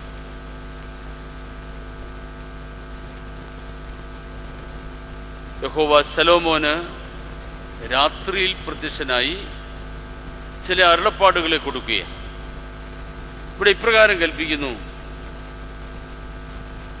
മഴയോ കെടുതികളോ പ്രകൃതിക്ഷോഭങ്ങളോ മഹാമാരിയോ ദേശത്ത് വിപത്തുകളോ ഉണ്ടാകുമ്പോൾ നീ ദൈവസന്നിധിയിലെ പ്രാർത്ഥിക്കണം. നമ്മളൊക്കെ ബുദ്ധിമുട്ടുകൾ ഏറി വരുമ്പോൾ പ്രാർത്ഥിക്കും കൂടുതൽ. 1991 കുവൈറ്റ് യുദ്ധം വന്നു. മറന്നുപോയി നമ്മളൊക്കെ. കുവൈറ്റിൽ അനേക അഭയാർത്ഥികളായിട്ട് നമ്മുടെ ആളുകൾ ഉണ്ടായിരുന്നെല്ലാം കളഞ്ഞേച്ച് വന്നു. അന്ന് കുരിശുമൂടുകളിലും പള്ളികളിലും ധ്യാനമന്ദിരങ്ങളിലും പ്രാർത്ഥനക്കാരുടെ തിരക്കായിരുന്നു. കെടുതികൾ സംഭവിക്കുമ്പം, ദോഷങ്ങൾ വന്നു ഭവിക്കുമ്പം നമ്മൾ പ്രാർത്ഥിക്കും. നന്മ തരുമ്പോൾ നല്ലവനായ ദൈവത്തെ തിരിച്ചറിയത്തില്ല. ഇത് ആധുനിക സമൂഹത്തിൻ്റെ തിക്തമായൊരു അനുഭവമാണ്. നന്മയിൽ ദൈവം നമ്മളെ നിലനിർത്തുമ്പോൾ പ്രാർത്ഥന കുറയും. നമ്മൾ ഏറ്റവും ശ്രദ്ധയോടെ പ്രാർത്ഥിക്കുന്നത് എപ്പോഴാണ്? വലിയ സന്തോഷം വരുമ്പോഴാണോ? രോഗം വരുമ്പം, കടം കയറുമ്പം, പരീക്ഷ വന്ന് ഇങ്ങനെ ഗതിമുട്ട് നിൽക്കുമ്പം, പങ്കപ്പാടുകൾ വന്നാൽ പ്രാർത്ഥിക്കാം. സന്തോഷം തന്നാൽ ഗുളിക പരുവത്തിനാകും. ഈ ശൈലി മാറണം. നന്മ തന്നാലും തിന്മ വന്നാലും സന്തോഷത്തോടെ ദൈവത്തിന് സ്തോത്രം പറയണം. കടപ്പെട്ട പ്രാർത്ഥനകൾ നിർവഹിക്കണം. എന്നെ അടിച്ചാലും എന്നെ സ്നേഹിക്കുന്ന ഒരു ദൈവമാണ്. ആ ദൈവത്തിൻ്റെ കൃപകളെ തിരിച്ചറിയണം. അവിടെ സമൃദ്ധിയിലായിരിക്കുമ്പോഴും പൗലോസ് പറയുന്നുണ്ട്, ഞാൻ സമൃദ്ധിയിലായിരിക്കുമ്പോഴും ഇല്ലായ്മയിലായിരിക്കുമ്പോഴും ദൈവത്തെ സ്തോത്രം ചെയ്യും. ഓരോ ഭക്തൻ്റെയും ജീവിതാനുഭവമാകണം. ഇവിടെ യഹോവയാൻ ദൈവം ശലോമോനോട് പറയുന്നു, ഇവിടെ പേമാരി ഉണ്ടാകുകയോ പകർച്ചവ്യാധികൾ ഉണ്ടാകുകയോ ദേശത്ത് കെടുതികൾ ഉണ്ടാകുകയോ ജനത്തിന് ബുദ്ധിമുട്ടുകൾ ഏറി വരികയോ ചെയ്യുമ്പോൾ നിന്റെ ജനം പ്രാർത്ഥിക്കണം. അത് ശ്രദ്ധയോടെ വായിക്കുമ്പോൾ അറിയാം എങ്ങനെ പ്രാർത്ഥിക്കണം. നമ്മളൊക്കെ പ്രാർത്ഥിക്കുന്നവരാ. എങ്ങനെയാ പ്രാർത്ഥിക്കുന്നത്? ഞാനൊരു ചോദ്യം ചെയ്യണം, ആരും മറുപടി പറയത്തില്ലെന്നറിയാം. ഒരു ദിവസം അനേക കാര്യങ്ങൾ നമ്മൾ ചെയ്യും, അനേക ജോലികൾ ചെയ്യും. ഏറ്റവും ക്ഷീണം തോന്നുന്നത് എപ്പോഴാണ്? ആഹാരം പാകം ചെയ്തുകൊണ്ടിരിക്കുമ്പം വലിയ ക്ഷീണം ഉണ്ടാകത്തില്ല, ക്ഷീണിക്കാക്കത്തില്ല. ടി വി കണ്ടുകൊണ്ടിരിക്കുമ്പോഴും ആരും ഇരുന്ന് ഉറങ്ങത്തില്ല. എപ്പോഴാണ് ഏറ്റവും കൂടുതൽ ക്ഷീണം നമ്മളെ ഒരു ദിവസത്തിൽ ഏറ്റവും കൂടുതൽ കോട്ടുവായിടുന്നത് എപ്പോഴാണ്? എല്ലാവരും ഒരേ ശബ്ദത്തിൽ പറയും പ്രാർത്ഥിക്കുമ്പോഴാണ്. പക്ഷെ ദൈവത്തിൻ്റെ ഇഷ്ടം ഉണർവോടെ പ്രാർത്ഥിക്കണം, ഉന്മേഷത്തോടെ പ്രാർത്ഥിക്കണം, ഉന്മത്തതയോടെ പ്രാർത്ഥിക്കണം. പക്ഷെ നമ്മളോ ഭിത്തിയിലോട്ടങ്ങ് ഒരു സൈഡ് ചാരി നീണ്ടു നിവർന്ന് കാലം നീട്ടിയിരുന്ന് ആർക്കാണ്ട് വേണ്ടി ഒക്കാനിക്കുന്ന ഒരു പ്രാർത്ഥന. ഇത് പ്രാർത്ഥനയല്ല. ശ്രദ്ധയോടെ പ്രാർത്ഥിക്കണം. ആവർത്തന പുസ്തകം 28-ാം അധ്യായത്തിൽ വലിയൊരു അനുക്രമമായ കാര്യങ്ങൾ പഠിപ്പിക്കുന്നുണ്ട്. അവിടെ പറയുന്നു, ഞാൻ ഇന്ന് നിന്നോട് ആജ്ഞാപിക്കുന്ന വചനം ശ്രദ്ധയോടെ കേട്ട് അതിനെ അനുസരിച്ച് നടന്നാൽ ഈ പറയുന്ന അനുഗ്രഹങ്ങളൊക്കെ ഞാൻ തരുമെന്ന് പറഞ്ഞുകൊണ്ട് 14 വാക്യങ്ങളിൽ അനേക കൃപകളെ ദൈവം വാഗ്ദത്തം ചെയ്യുക. അതിനിവിടെ കൊടുത്തിരിക്കുന്ന ഒരു ആട്രിബ്യൂട്ട്സ് ഒറ്റ കാര്യമേ ഉള്ളൂ: വചനം ശ്രദ്ധയോടെ കേൾക്കണം, പ്രാർത്ഥന ശ്രദ്ധയോടെ ചെയ്യണം. യിരെമ്യാപ്രവാചകന്റെ പുസ്തകം 48-ാം അധ്യായം 10-ാം വാക്യത്തിൽ പറയുന്നുണ്ട്, യഹോവയുടെ പ്രവൃത്തി ഉദാസീനതയോടെ ചെയ്യുന്നവൻ ശപിക്കപ്പെട്ടവൻ. ജനം ആമേൻ എന്ന് പറയണം. ദൈവത്തിൻ്റെ പ്രവൃത്തിയിൽ ഉദാസീനത പറ്റത്തില്ല, ഒത്തുവരുത്ത പ്രാർത്ഥന പറ്റത്തില്ല. ചെയ്യേണ്ടത് നിർവഹിക്കേണ്ടത് നിർവഹിച്ചിരിക്കണം. പിതാക്കന്മാർ പഠിപ്പിച്ച രീതിയിൽ തന്നെ പ്രാർത്ഥനകൾ പൂർത്തീകരിക്കണം. നമ്മുടെ കാര്യങ്ങൾ പറയുന്നതല്ല പ്രാർത്ഥന. ഇന്ന് പലരും പ്രാർത്ഥനയെന്ന് പറഞ്ഞാൽ ആവലാതി പറയുന്നതാണെന്ന് വച്ചിരിക്കുക. നമ്മുടെ കടമപ്പെട്ട പ്രാർത്ഥനകളെ പൂർത്തീകരിക്കണം. നമ്മളൊന്നും ആവശ്യപ്പെട്ടില്ലെങ്കിലും തമ്പുരാൻ കൃപ തന്നുകൊണ്ടേയിരിക്കും. ചില പ്രാർത്ഥനക്കാരുണ്ട്, ഞാൻ വിഷയം വെച്ച് പ്രാർത്ഥിച്ചത് കൊണ്ടാണ് എൻ്റെ കാര്യങ്ങളെല്ലാം നടക്കുന്നത് എന്ന് അവകാശപ്പെടുന്നവരുണ്ട്. വിഷയം വെച്ച് പ്രാർത്ഥിക്കുന്നതൊക്കെ നല്ല കൊള്ളാം. പക്ഷെ ഞാനൊരു കാര്യം ചോദിക്കട്ടെ, നമ്മൾ ചോദിക്കുന്നത് മാത്രം തരുന്ന ഒരു ദൈവമായിരുന്നെങ്കിൽ നമുക്ക് ജീവിച്ചിരിക്കാൻ പറ്റുമായിരുന്നോ? ആഹാരത്തിന് വേണ്ടി നമ്മൾ പ്രാർത്ഥിക്കുന്നുണ്ട്, വസ്ത്രത്തിന് വേണ്ടി പ്രാർത്ഥിക്കുന്നുണ്ട്, കുഞ്ഞുങ്ങളുടെ പഠനത്തിന് വേണ്ടി പ്രാർത്ഥിക്കുന്നുണ്ട്, തൊഴിലിന് വേണ്ടി, ഉപജീവന മാർഗങ്ങൾക്ക് വേണ്ടി പ്രാർത്ഥിക്കുന്നുണ്ട്. ഇതൊക്കെ ദൈവം തരുന്നുണ്ട്. നമുക്ക് ജീവിക്കാൻ പറ്റുമോ? ഈ ഇരിക്കുന്ന ആരെങ്കിലും കർത്താവ് 1 കലോറി ഓക്സിജൻ തരണമെന്ന് പ്രാർത്ഥിച്ചിട്ടുണ്ടോ? നിന്റെ ആവശ്യങ്ങളെ അറിയുന്ന ദൈവം നിന്റെ ജീവനെ നിലനിർത്തുവാൻ അടിസ്ഥാനമായിരിക്കുന്നതെല്ലാം തന്നുകൊണ്ടേയിരിക്കും. നീ ദൈവത്തിന് സ്തോത്രം പറഞ്ഞാൽ മതി, ദൈവത്തിന് ആരാധന അർപ്പിച്ചാൽ മതി. നിന്റെ ലിസ്റ്റ് കണ്ടിട്ടല്ല ദൈവം കൃപ തരുന്നത്. ചിലരുണ്ട് ലിസ്റ്റ് എഴുതി വെച്ച് ആവലാതി പിള്ളേരെയൊക്കെ പലചരക്ക് മേടിക്കാൻ കടയിൽ വിടുന്നത് പോലെ നീണ്ട ഒരു ലിസ്റ്റ് കൊണ്ട് കർത്താവിൻ്റെ രാവിലെ കൊടുക്കും. അത് നോക്കിക്കോണേ, ഇത് നോക്കിക്കോണേ, അങ്ങനെ ചെയ്യണേ, ഇങ്ങനെ ചെയ്യണേ, ഇത് നടത്തിത്തരണം, അത് നടത്തിത്തരണം. ഭക്തൻ്റെ ആവശ്യങ്ങളെ അറിയുന്ന ദൈവസന്നിധിയിൽ നിറവോടെ നിന്നാൽ മതി. നീ ആഗ്രഹിക്കുന്നതും നനയ്ക്കുന്നതൊക്കെയും തരുന്ന ഒരു ദൈവം ജീവിക്കുന്നുണ്ട്. എൻ്റെ ജീവിതത്തിലെ അനുഭവങ്ങളാണ്. തളർന്ന് താളടിയായപ്പോഴും എന്നെ കരുതുന്ന ദൈവം തന്ന കൃപ ഓർത്താൽ അത് പറയണ അനേക ദിവസങ്ങൾ വരും. അതുകൊണ്ട് ദൈവത്തിന് ഇഷ്ടമുള്ളവരായി, ദൈവത്തിൻ്റെ വിശുദ്ധ ജനമായി ജീവിക്കുമ്പോൾ ജനത്തിന് ആവശ്യമുള്ളതെന്നറിയാം. അമ്മയ്ക്കറിയാം കുഞ്ഞിന് ആവശ്യമുള്ളത് എന്തൊക്കെയാണ്. ഒരു കുഞ്ഞും മലക്കപ്പുരത്തുള്ളൊരു കുഞ്ഞ് എനിക്ക് ടോണിക്ക് വേണമെന്ന് പറയത്തില്ല. അമ്മയ്ക്കറിയാം ഇവൻ്റെ വളർച്ചയ്ക്ക് ടോണിക്ക് വേണം. അമ്മയ്ക്കറിയാം ബ്രസ്റ്റ് ഫീഡിങ് വേണം. അമ്മയ്ക്കറിയാം കുറുക്ക് കൊടുക്കണം. കുഞ്ഞാവശ്യപ്പെട്ടിട്ടല്ല. ഒരു നിർമ്മല ശിശുവിനെ പോലെ ആ വിശുദ്ധി കാത്ത് നമ്മൾ ജീവിക്കുമെങ്കിൽ സ്വർഗത്തിലെ അപ്പച്ചൻ കരുതി തന്നുകൊണ്ടേയിരിക്കും.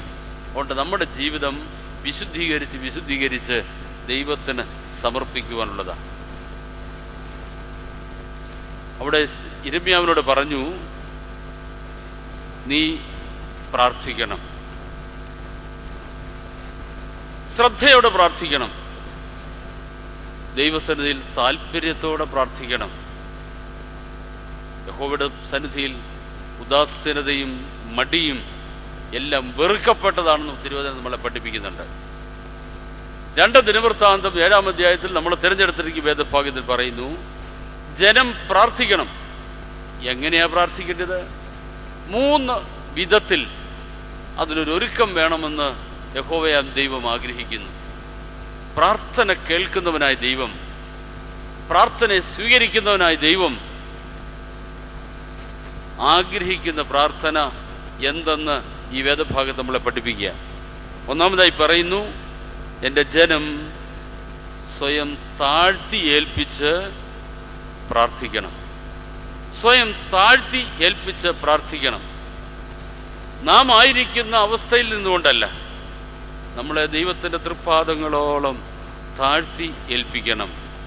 കർത്താവ് പറഞ്ഞു, നിങ്ങൾ പ്രമാണികളും ആളുകളൊക്കെ ഇവിടെ നിൽക്കുന്നു, പക്ഷേ ഈ ശിശുവിനെ പോലെ ആയിത്തീർന്നില്ലെങ്കിൽ സ്വർഗരാജ്യം അവകാശമാകത്തില്ല. ഈ ശിശുവിൻ്റെ നിർമ്മലതയിലേക്ക്, നിസ്സാരതയിലേക്ക്, ഒന്നുമില്ലാത്ത ഭാവത്തിലേക്ക് നമ്മൾ കടന്നു വരണം. പ്രാർത്ഥിക്കാൻ തയ്യാറാകുമ്പോൾ സ്വയം താഴ്ത്തി ഏൽപ്പിക്കണം. ധാർഷ്ട്യവും അഹങ്കാരവും ഞാനെന്ന ഭാവവും പ്രാർത്ഥനയുടെ സന്നിധിയിൽ ദൈവസ്വീകാര്യമല്ല. രണ്ടുപേര് പ്രാർത്ഥിക്കാൻ പോയി, വേദഭാഗമൊക്കെ അറിയാവുന്നതുകൊണ്ട് ഞാൻ വിടുകയാണ്. ഒരുത്തൻ മുന്നിൽ ചെന്ന് നിന്ന് വേണേ പുൽപ്പിറ്റ് അങ്ങനെ മധുവായിക്കകത്തോട്ട് കയറിപ്പോയനെ. അങ്ങനെ പ്രാർത്ഥിക്കുന്നവരുണ്ട്. കളിശാപ്പിലും കരപ്പുറത്തും ഒക്കെ നടക്കുകയും ചെയ്യും. ആൾ കൂടുമ്പം പള്ളി വന്ന് ഏറ്റവും മുന്നിൽ കയറി നിന്ന് നെഞ്ചത്തടിക്കുകയും ചെയ്യും. ഇത് രണ്ടും കാണുന്ന ഒരു ദൈവമുണ്ട്. രഹസ്യത്തിൽ കാണുന്ന ദൈവത്തെക്കുറിച്ചുള്ള സങ്കല്പം. രണ്ടുപേര് പ്രാർത്ഥിക്കാൻ പോയി. ഒരുത്തൻ നെഞ്ചത്തടിച്ച് പുറത്ത് നിൽക്കുന്നേ ഉള്ളൂ. കർത്താവേ, എനിക്ക് നിന്റെ ആലയത്തിലേക്ക് കയറാൻ പോലും യോഗ്യതയില്ല. അവനെ തിരിച്ചറിയുന്നു. മറ്റവനോ അവൻ്റെ അഹംഭാവത്തെ മാത്രമേ അറിയുന്നുള്ളൂ. ഞാൻ പ്രസാരം കെടുക്കുന്നുണ്ട്, നോമ്പ് നോക്കുന്നുണ്ട്, ഉപവസിക്കുന്നുണ്ട്, ഞാൻ ഇന്ന പള്ളിയിലെ ഏറ്റവും പ്രധാന കുടുംബത്തിലേതാണ്, ഞാനാണ് ഈ പ്രാവശ്യത്തെ പെരുന്നാൾ നടത്തിയത്, ഞാനാണ് ഏറ്റവും കൂടുതൽ അച്ഛന്മാർക്ക് ഭക്ഷണം കൊടുക്കുന്നത്, പള്ളിയിലെ ക്രമീകരണം ചെയ്യുന്നത്. ഇതൊക്കെ തമ്പുരാൻ അറിയാം. ഇതിൻ്റെ ഹുങ്കത്തരം കാണാനല്ല ദൈവസന്നിധിയിലെ പ്രാർത്ഥിപ്പാൻ നിൽക്കേണ്ടത്.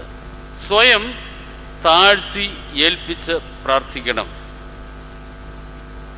നമ്മൾ ദാനിയേൽ പ്രവാചകന്റെ പുസ്തകത്തിലെ ദൈവം തിരഞ്ഞെടുത്ത് അഭിഷേകം ചെയ്ത് നിയോഗിച്ച നെബൂഖദ്നേസർ രാജാവിൻ്റെ ഒരു അനുഭവം ദാനിയേൽ പ്രവാചകന്റെ പുസ്തകത്തിൽ നമ്മൾ വായിക്കുന്നുണ്ട്. ദാനിയേൽ പ്രവാചകന്റെ പുസ്തകം 4-ാം അധ്യായത്തിലെ നെബൂഖദ്നേസർ രാജാവ് വലിയൊരു കൊട്ടാരമൊക്കെ പണിതു. സമ്പത്തും ആരവാരവങ്ങളും ഒക്കെ വർദ്ധിച്ചു. ഇരിപ്പ് നിരപ്പുകളൊക്കെ അങ്ങ് പൊങ്ങി. അവൻ്റെ ഭാവം മാറിപ്പോയി. വലിയൊരു മനോഹരമായ കൊട്ടാരം പണിതിട്ട് ദാനിയേൽ പ്രവാചകന്റെ പുസ്തകം 4-ാം അധ്യായം 30-ാം വാക്യത്തിൽ വരുമ്പോൾ നെബൂഖദ്നേസർ രാജാവിൻ്റെ ഒരു അഹംഭാവം നമ്മൾ കാണുന്നുണ്ട്. മനോഹരമായൊരു കൊട്ടാരം പണിതു. അതിൻ്റെ മട്ടുപ്പാവിലൂടെ സന്ധ്യാസമയം ഉലാത്തി നടക്കുകയാണ്. കൊട്ടാരത്തിൻ്റെ മട്ടുപ്പാവിൽ കയറി ചുറ്റുപാടുകളെ കണ്ടപ്പോൾ നെബൂഖദ്നേസർ രാജാവിൻ്റെ മട്ടും ഭാവവും മാറി. ദാനിയേൽ പ്രവാചകത്തിൽ നമ്മൾ വായിക്കുന്നു, അവിടെ നിന്നുകൊണ്ട് നെബൂഖദ്നേസർ രാജാവ് ഒരു പ്രഖ്യാപനം നടത്തുകയാണ്. നെബൂഖദ്നേസർ രാജാവ് പറയുന്നു, ഈ കാണുന്ന കൊട്ടാരം ഇതെൻ്റെ മഹത്വത്തിൻ്റെ മഹ്യദിയാം ബാബിലോൺ, ഇതെൻ്റെ പ്രതാപത്തിൻ്റെ ഉത്തുംഗ കൊട്ടാരമാണ്. എല്ലായിടത്തും വായിക്കണമെന്നില്ല, വീട്ടിൽ നിന്നിട്ട് വായിച്ചാൽ മതി. ദാനിയേൽ പ്രവാചകന്റെ പുസ്തകം 30, 31, 32 വാക്യങ്ങളിൽ വായിക്കണം. അവിടെ അദ്ദേഹം പറയുകയാണ്, ഇതെന്റെ മഹത്വത്തിന്റെ പ്രതാപത്തിന്റെ മഹദിയാം ബാബിലോൺ.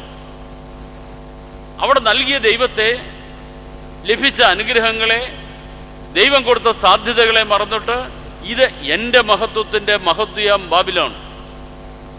ആ വാക്യം തുടർന്ന് 31-ാം വാക്യത്തിൽ വരുമ്പോൾ ഈ വചനങ്ങളെ അവൻ്റെ വായിൽ നിന്ന് പുറത്തു വരുന്നതിന് മുമ്പ് തന്നെ പിന്നിലൊരു വലിയ ശബ്ദം കേട്ടു, നെബൂഖദ്നേസറേ, നിന്റെ രാജ്യത്വം നിന്നെ വിട്ടുമാറിയിരിക്കുന്നു, നിന്റെ വാസം കാട്ടിലെ മൃഗങ്ങളോട് തുല്യമാകും. യഹോവയാൻ ദൈവം കൽപ്പിക്കുക, ഉന്നത ഭാവവും നിഗളവും ഉള്ളവനെ യഹോവ വെറുക്കും. സങ്കീർത്തനക്കാരൻ ആവർത്തിച്ച് പറയുന്നുണ്ട്. പ്രാർത്ഥിപ്പാൻ നിൽക്കുമ്പോൾ ചിത്തത്തെ കടിഞ്ഞാണിട്ട് ഹൃദയത്തിൽ സൂക്ഷിക്കണം. ഇതാ നമ്മുടെ ആരാധനക്രമത്തിൽ പാടുന്ന പാട്ട്.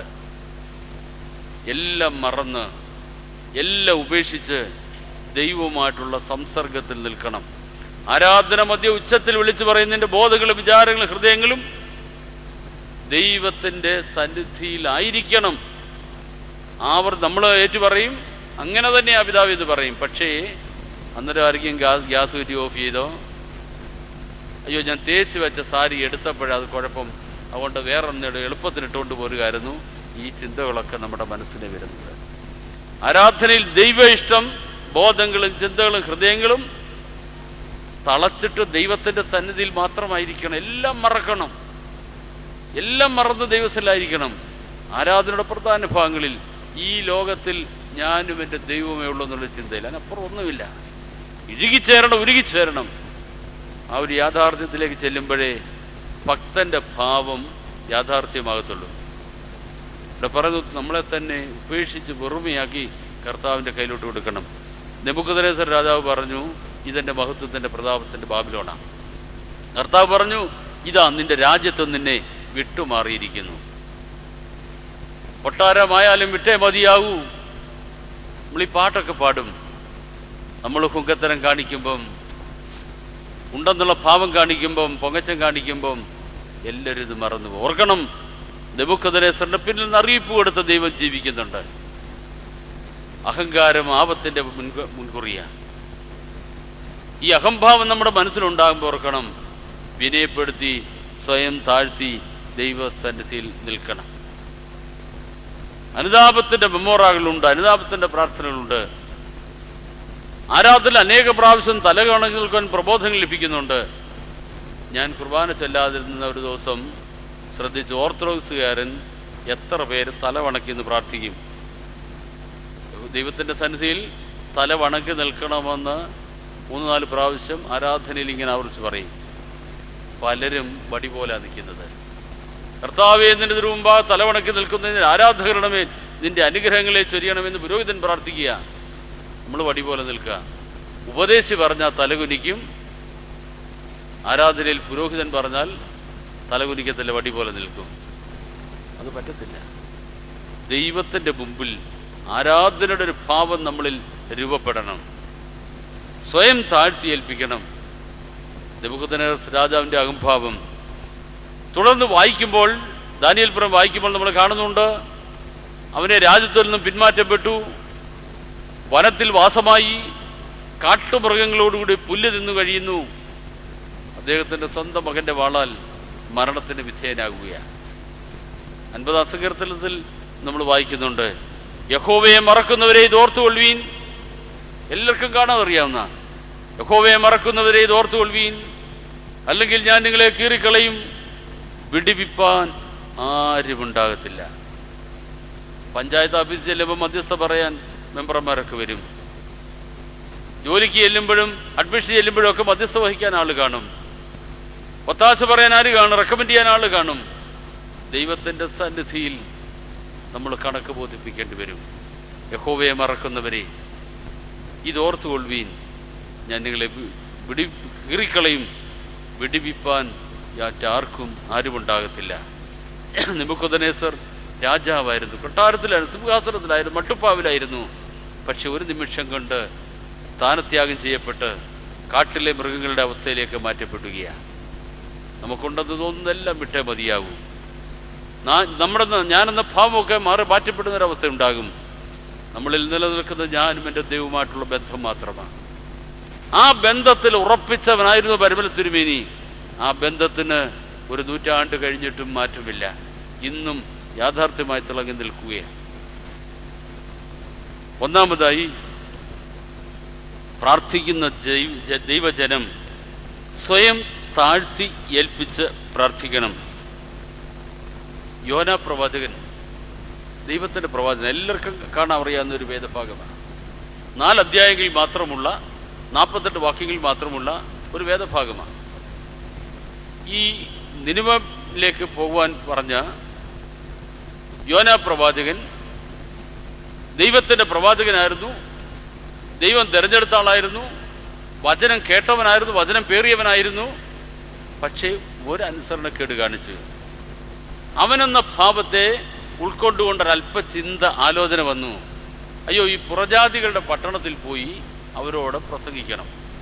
യോനാ പ്രവാചകൻ എന്താ കള്ളവണ്ടി കയറിപ്പോകാൻ കാര്യം? എല്ലാവരും കുറ്റപ്പെടുന്നു. യോനാ പ്രവാചകൻ എന്തിനാ ഈ കള്ളവണ്ടി കയറിപ്പോയത്? കള്ളവണ്ടി കയറിയല്ല, ടിക്കറ്റ് എടുത്ത് വെച്ചൊക്കെയാണ് പോയത്. വേദസ്വത്ത് പറയുന്നുണ്ട്. കൂലി കൊടുത്ത് കപ്പലിൽ കയറി പറഞ്ഞിടത്തോണ്ടല്ല മറ്റൊരു രാജ്യത്തേക്ക് പോയി. എന്താ യോനാ പോകാൻ കാര്യം? യഹോവയെ ദൈവം വിളിച്ച് പറഞ്ഞു, യോനാ പ്രവാചക, നീ പോയി നിനിവയിൽ പോയി പ്രസംഗിക്കണം. അങ്ങനെയാണോ പറഞ്ഞത്? അവനോട് പറഞ്ഞു, നീ പോയിട്ട് നിനിവയിലെ ജനത്തിന് വിരോധമായി പ്രസംഗിക്കണം. എന്താ വിരോധമായി പ്രസംഗിക്കുന്നത്? കുഞ്ഞെ, നീ ചെയ്യുന്നത് ശരിയല്ല, നിന്റെ നടപടി ശരിയല്ല. നിന്റെ പ്രാർത്ഥന രീതി ശരിയല്ല, നിന്റെ ചെയ്തികൾ ശരിയല്ല, നിന്റെ പെരുമാറ്റം ശരിയല്ല. ഇന്നൊരു കൺവെൻഷൻ പ്രസംഗനെ, പാവപ്പെട്ട എന്നെ ആയിക്കോട്ടെ, ഒരു പള്ളിയിലോട്ട് ദൈവം വിളിച്ചിട്ട് പറയുക, നീ എവിടെ പോയി, ഇന്ന പള്ളിയിൽ പോയി, ഇന്ന് അവർക്കെതിരായിട്ട് അങ്ങ് പ്രസംഗിക്കണം. യോന തർസീസിലേക്ക് പോയി, ഞാനാണെങ്കിൽ അതിലൊക്കെ കുറെ കൂടെ ദൂരെ പോയി ഇവിടെ വിളിച്ചിരിക്കും. കാരണം എന്താ, ഒരു നടയ്ക്ക് മാപ്പിളെ സുഖിപ്പിച്ചില്ലെങ്കിൽ തിരിച്ച് വീട്ടിൽ പോരാൻ പറ്റത്തില്ല. അതുകൊണ്ട് ഞാൻ ഉൾപ്പെടെ പ്രസംഗിക്കാൻ പോകുന്നവരൊക്കെ ഇപ്പം ചെയ്യുന്ന എന്താ, അവിടുത്തെ അച്ചായനെയും അമ്മാമ്മയൊക്കെ സൂപ്പിക്കുന്ന 2 കഥയും പറഞ്ഞ് സന്തോഷിപ്പിക്കുന്ന 2 കാര്യങ്ങളൊക്കെ പറഞ്ഞ് ഒരു പ്രോസ്പെരിറ്റിയുടെ 2 സുവിശേഷമൊക്കെ നടത്തിച്ച് പോരും. ഇത് ദൈവത്തിൻ്റെ സുവിശേഷമല്ല. തിരുത്തലിന് വേണ്ടി, കഴുകപ്പെടലിന് വേണ്ടി, മാറ്റത്തിനു വേണ്ടിയുള്ള ശബ്ദമാണ് ദൈവത്തിൻ്റെ വചനം, സുവിശേഷം. ഇന്നത് നമുക്ക് കേൾക്കാൻ കൊതി വരികയാണ്. ആർക്കും അങ്ങനെ ധൈര്യമില്ല. വരുന്നവരെ പിറ്റേ വർഷം വിളിക്കത്തില്ല. അതുകൊണ്ട് എല്ലാവരും സൂപ്പിക്കുന്ന വർത്താനം പറഞ്ഞേച്ചു പോകും. നിനിവേയോട് യോനായെ വിളിച്ചിട്ട് പറഞ്ഞു, നീ അവിടെ ചെന്നിട്ട് അവർക്ക് വിരോധമായി അവരിൽ വേണ്ടാതീനങ്ങളെ ചെത്തിക്കളയുവാൻ തക്കോണം മുറിപ്പെടുത്തുണ്ടാക്കണം, അവിടെ പോയി പ്രസംഗിക്കണം. യോന പറഞ്ഞു, തമ്പുരാൻ ഈ പണി എനിക്ക് വയ്യ. അവൻ മറ്റൊരു വഴിയിലേക്ക് പോയി. ഇങ്ങനെ സ്വയാശ്രയത്തിൽ ഊന്നൽ കൊടുത്ത് മാർഗഭ്രംശം പറ്റി മറ്റൊരു ദേശത്തേക്ക് പോയ യോന ഉണ്ടായ അനുഭവങ്ങളും ബുദ്ധിമുട്ടുകളും കടലിലെറിയപ്പെട്ടതും മത്സ്യം വീഴുകയും ഒക്കെ നമുക്ക് കാണാതറിയാം. ഈ യോന 2-ാം അധ്യായത്തിൽ വരുമ്പോൾ താഴ്ത്തി ഏൽപ്പിച്ച് പ്രാർത്ഥിക്കുന്ന ഒരു പ്രാർത്ഥന യോന പ്രവാചകന്റെ പുസ്തകത്തിലുണ്ട്. 2-ാം അധ്യായത്തിന്റെ 4 മുതലുള്ള വാക്യങ്ങളിൽ വീട്ടിൽ ചെന്ന് വായിച്ചാൽ മതി. യോന പ്രവാചകന്റെ പുസ്തകം 2-ാം അധ്യായം 4 മുതലുള്ള വാക്യങ്ങളിൽ യോനയുടെ താഴ്ത്തി ഏൽപ്പിച്ച് പ്രാർത്ഥിക്കുന്ന ഒരു ഭാവമാണ്. അവിടെ മറ്റൊരു സ്ഥലത്തേക്ക് പോകാനുള്ള ആലോചനയൊക്കെ മാറ്റപ്പെട്ടു, സ്വയാശ്രയമൊക്കെ മാറ്റപ്പെട്ടു, സ്വയ സംരക്ഷണം അവൻ ഏറ്റെടുത്തില്ല, ദൈവത്തിൽ സമർപ്പിച്ച് പ്രാർത്ഥിക്കുക. യോന എവിടെയാണ് കിടക്കുന്നത്? കടൽ മത്സ്യത്തിൻ്റെ വയറ്റില. പർവ്വതങ്ങൾ എന്നെ മൂടി, ഓടാമ്പലുകൾ എന്നെ അടച്ചു കളഞ്ഞു, ആഴിയുടെ അഗാധതയിൽ ഞാനായി, ഒരിക്കലും രക്ഷപ്പെടുവാൻ കഴിയാത്ത കടലിൽ മൈലുകൾ ആഴത്തിൽ, പർവ്വതങ്ങളൊക്കെ അതിനെ മൂടി നിൽക്കുകയാണ്. യോനാക്ക് തിരിച്ചു വരാൻ പോയതില്ല. ഒരു മനുഷ്യനെ വിഴുങ്ങുവാൻ തക്കവണ്ണം വലിപ്പമുള്ള വലിയൊരു മഹാമത്സ്യത്തിൻ്റെ ഉള്ളിൽ വയറ്റിലായിരിക്കുന്നു, രക്ഷയുടെ മാർഗമില്ല. അവൻ തിരിച്ചറിഞ്ഞു, ഞാൻ ആരാണ്, എൻ്റെ നിസ്സാരത എന്താണ്. അവൻ ആരാണെന്ന് അവന് മനസ്സിലായി, അവൻ്റെ നിസ്സാരത എന്താണെന്ന് മനസ്സിലായി, അവൻ്റെ ചുറ്റുപാടുകളുടെ ബഹുത്വം അവൻ മനസ്സിലായി. തമ്പുരാനെ താഴ്ത്തി ഏൽപ്പിച്ചു.